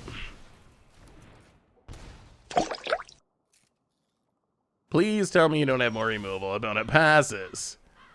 Go to combat. Attack you. Draw a card. Oh, more swamps. Kaido. Draw a card. Ultra Week, welcome to the fishbowl. Thank you so much for your subscription. Big super for you. Thank ya. Oh, Now what? We gotta play something.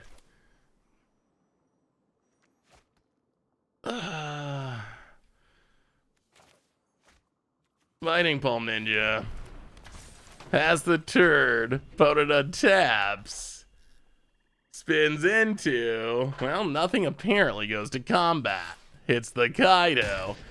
This Kefnet's going off. It's going off about it. Oh, the third Yahenni's expert. Wow. Oh my goodness. That's so unfortunate. Pass the turd. Yeah, I mean, they did possibly have the third sweeper. About it. Gets it, it's us. Have you read the Commander RC post from today? It's very, I don't know, like the RC doesn't believe they have the power to change things. Yeah, now we're locked. Wow, that was incredibly brutal. We just flooded out 1, 2, 3, 4, 5, 6, 7, 8, 9, 10 lands. Ugh, more lands in the control deck, and if we attack, they just fire up all the Storm Giants. Yeah, I mean, land on Ninja. Wow. Where I went wrong was the spin-off. Why does this Kefnet have... Oh, it was the random card draw thing is giving it the blue text. All right. Oh, these Kefnet spins. Comparing 50 packs of the new bundle, 20 gems x 50 packs, 100 gems, which is $5 at the best gem to dollar rate. So that is $5 of lost value. All right, run it back. So that's $5 of lost value in not opening 50 packs. In exchange, you get 4 rare wild cards. Those packs will have 1.4 expected rare wild cards. and something like 1 expected mythic wildcard. So basically paying $5 for 2.6-ish rare wildcards if you buy the new bundle. That sounds correct. Well, we'll try it. We'll see. Last time our opponent just had all the answers, which is annoying. If our opponent takes our, like, Thought Seizes or kills our Infiltrator, we just got nothing. Untap land. Fatal Push. Wow. Okay, the lands keep coming off the top. Oh, disappointing. Disappointing. Yeah, I'll see. Bearby. Bearby. Come here, bud. Come here. Opponent. Oh, there's the Thoughtseize. The nightmare continues. We managed to draw another land off the top. Come here, bud. Come here. Come say hi to people. Come here. Come here. Ooh, come here, big boy. Come here, Bubby. Ooh, come here. People want to see you. Well, this one's probably over. Bearby. Bearby. Here you go, bud. Here, come here. Can you jump up? Jump up. Say hi. Whoa. Oh, Bearby. Come on, bud. Oh, there you go, big boy. Can you say hi to everyone? Can you say hi? Say hi. Say hi, big boy. Say hi. Say hi. Are you going to play Magic? Are you going to play Magic? Do you know how to play Magic? What should we do? What should we do, Bubby? Should we kill the Narset? Yeah? Should we kill the Narset, you think? Should we kill the Narset? All right. Bear says, oh, he's a big boy. All right, bud. You can get down. We're almost done. I'll take you out in a minute.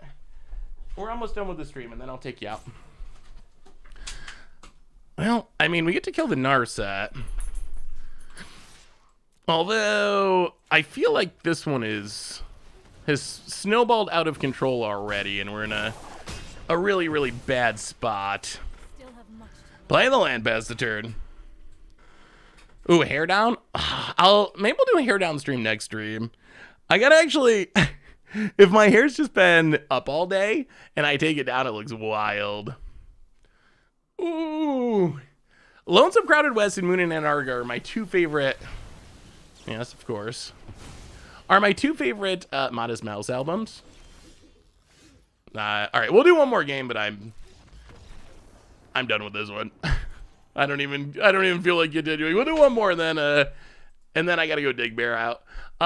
That's really tough because I like those. I like those a lot. That match. I mean, first match we crushed. This was our second match, and I mean it's Magic. Sometimes you play Magic and you just draw every land, and we did that both games. We did that both games in that match, and just, I mean, when that happens, what can you do? We only got 22 lands in the deck, and we just constantly had, 10 on the battlefield or whatever. All right. I can't really pick between those two because they're both just so good. Well, this is a hand that's not just all lands, so we will accept this. It does appear to be another control deck. Well, land and Changeling Outcast. Pass the turn. Ween and Primus for the 25th anniversary of South Park content. Really? That's an actual thing? Is it in South Park? Where's this concert? I've never seen Primus, and I'm overdue to see Ween. Opponent, untap land. Strict Proctor. Oh. Well, I think we got a Thoughtseize. Take a Archmage's Charm. Land on black. Fatal Push the Proctor. Hit ya. Alright, well, opponent does not have a ton going on, although I guess they could stifle a ninjutsu activation. Well, no. I know South Park, the TV show. I wasn't sure where the actual... Wow, I'm glad we killed that Strict Proctor. They top deck the Lotus Field. They still get to stifle it, though. Yep. Well, that is kind of unfortunate that came off the top. Well, go to combat. Play the island, go to combat. Hit ya. Infiltrate. Start drawing cards. But we need these to be good cards. Outcast returns. It's another land. Because our opponent can make a big Shark Typhoon, which is not good.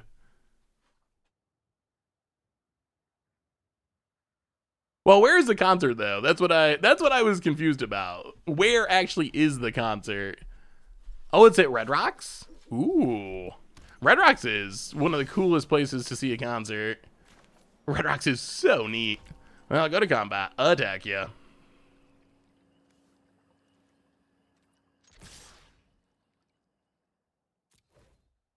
About it. Discards a Jano to kill our Infiltrator, unfortunately.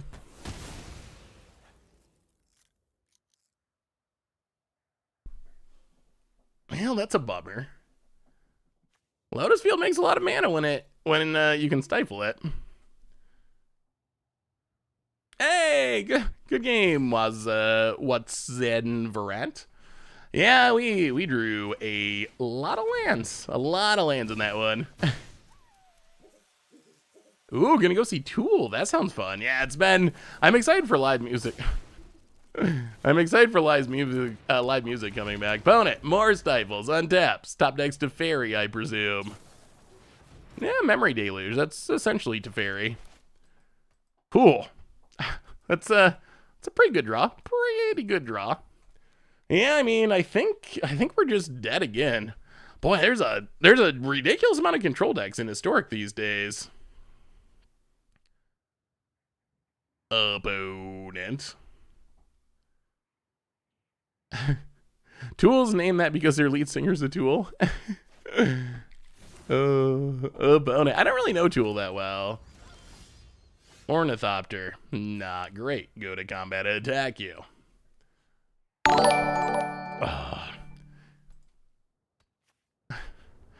These matchups, I feel like just... when they get to this point, I just feel like conceding, honestly. Well, Prosperous Thief.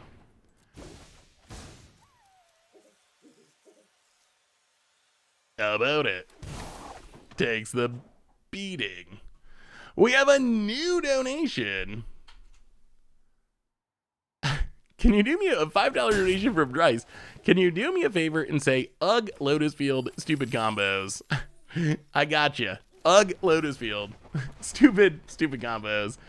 Honestly, I'm more just, we had the Thought Season, our opponent didn't have the Lotus Field, and then our opponent just, right on cue, like, top decked it, the exact next turn, and then opponent gets long cards, top decks the Memory Deluge, also right on cue, so opponents had the good runs. You did miss the, alright, and we will say that's fair enough with the good running. Yeah, you did miss the economy stream, although you didn't miss much during the economy stream, I will say. Well, I think our opponent top decked a tiny bit better than we did. Just a smidge. Well, we'll do a bit of Tribig. Actually, Swarm Saboteur seems good in this matchup. Cool. Well, I will say Modern is in a pretty spectacular place right now.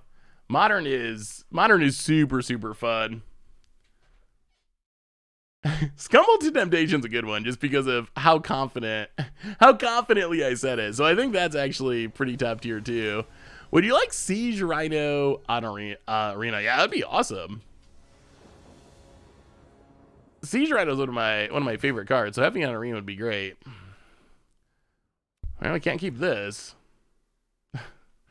We can keep this, but I don't have high hopes of it working out. Well, we will play a Blooming Marsh and a Changeling Outcast. About it, Adepts.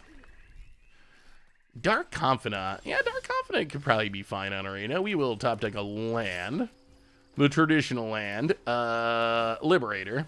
Well, we know that this will not top deck as a land. It is literally impossible, because we will choose non-land. About it. Do you have a tutorial for using the renting system on Moto? Ooh, so I just did a full Magic Online tutorial, which talks about the card rental systems, but it doesn't. Opponent takes it. Well, we'll choose non-land, but it doesn't like go super. Well, I guess it does. It does talk about renting cards from like Card Hoarder and whatnot. So I think that's probably what you're looking for. It's getting started on Magic Online. It's called 2022 edition. So yeah, I think that's the one. Birds. Welcome to the Fishbowl. Thank you so much for your subscription. Big soup to you for you. Thank ya, opponent. We would like to hit a counter. We've gotten multiple hits with this, but we haven't been able to hit a counter. There's a Lotus Field. Opponent presumably has a Stifle to go with it.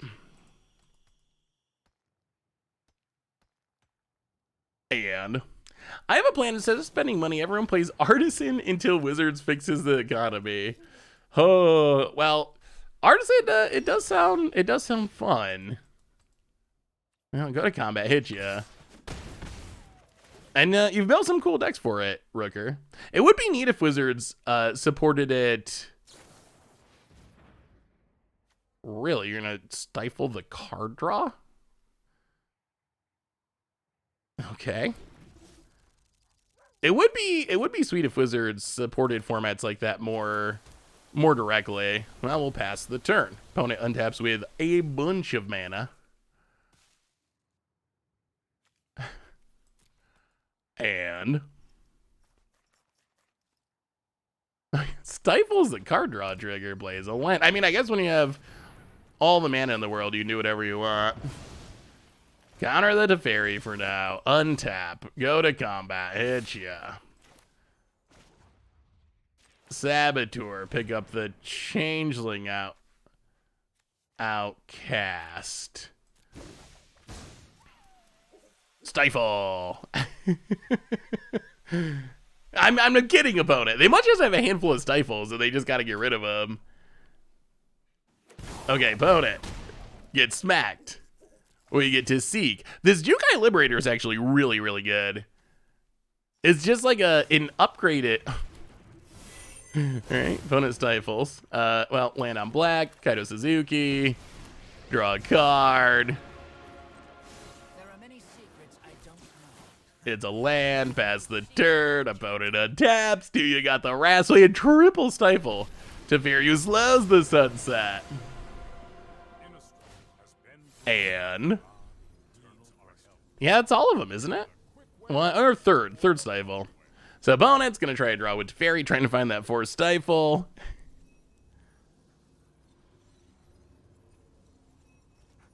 Opponent. Has Card Hoarder ever sponsored you? Card Hoarder sponsors so Card Conduit is not part of Card Hoarder, but it's actually owned by the same person who does Card Hoarder, and they sponsor the podcast. And Card Hoarder has sponsored parts of Goldfish, like the website. I don't remember Card Hoarder ever specifically sponsoring like me or the stream. So they're but they are a sponsor of Goldfish, yeah, in various forms. Well, I guess we just run it back. All right, one more. Let's take down this control deck. What are your thoughts on extended type formats returning, rotation every year, but an extra year's worth of cards to use? The problem is that the reason... Sand would be so good if we had a 1-drop. The reason those formats went away is they just weren't very popular. So I think that's kind of the concern, is that yeah, we got to go for it.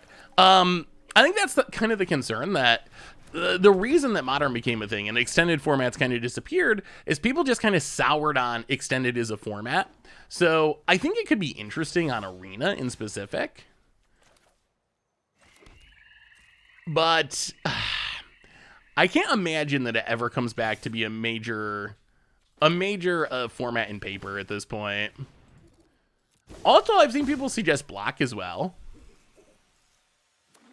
Well, get in with the hacker. Hit ya. Draw a card. Yes, please. Thought sees you.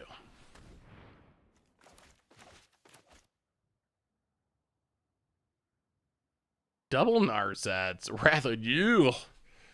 Alright, we'll take a Narset. About it. Cycle Shark Typhoon. You can play Arena for free after spending a little up front and building up momentum, but you have to jump through a lot of hoops to game the system. I built up several decks playing for free over 6 months, and I have 110k gold. The main issue is variety and experimentation. They need a rental program for people that don't want to buy. I think that's very true. Like, you certainly can grind out decks on Arena. There's no doubt about it. Like, that is a thing you can do. Well, attack that. Ninjutsu the Liberator to kill it. I was not prepared for this. Is our opponent gonna Wrath? Probably. Now, let's just play Blooming Marsh past the turn. About it untaps. Yeah, it's hard to bring back bot constructed, I guess, if we don't actually have if we don't have blocks. That is a good point. Go to combat. Attack ya. Seek a non-land.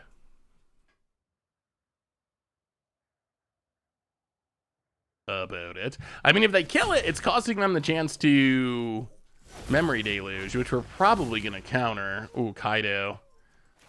Well, play the land, untapped. Kaido. About it. Kaido's big. Memory Deluge. I don't think we want that happening. We will counter it.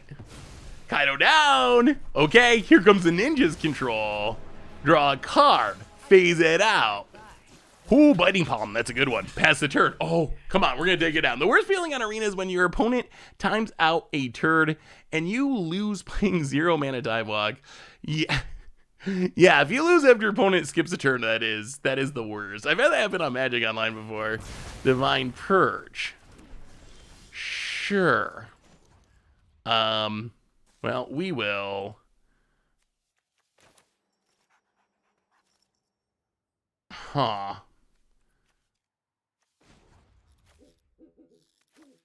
Take up Kaido, loot.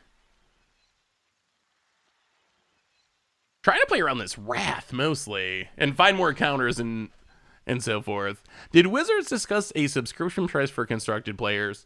Subscription did not come up at all, unfortunately. MCM. Nothing even kind of about that.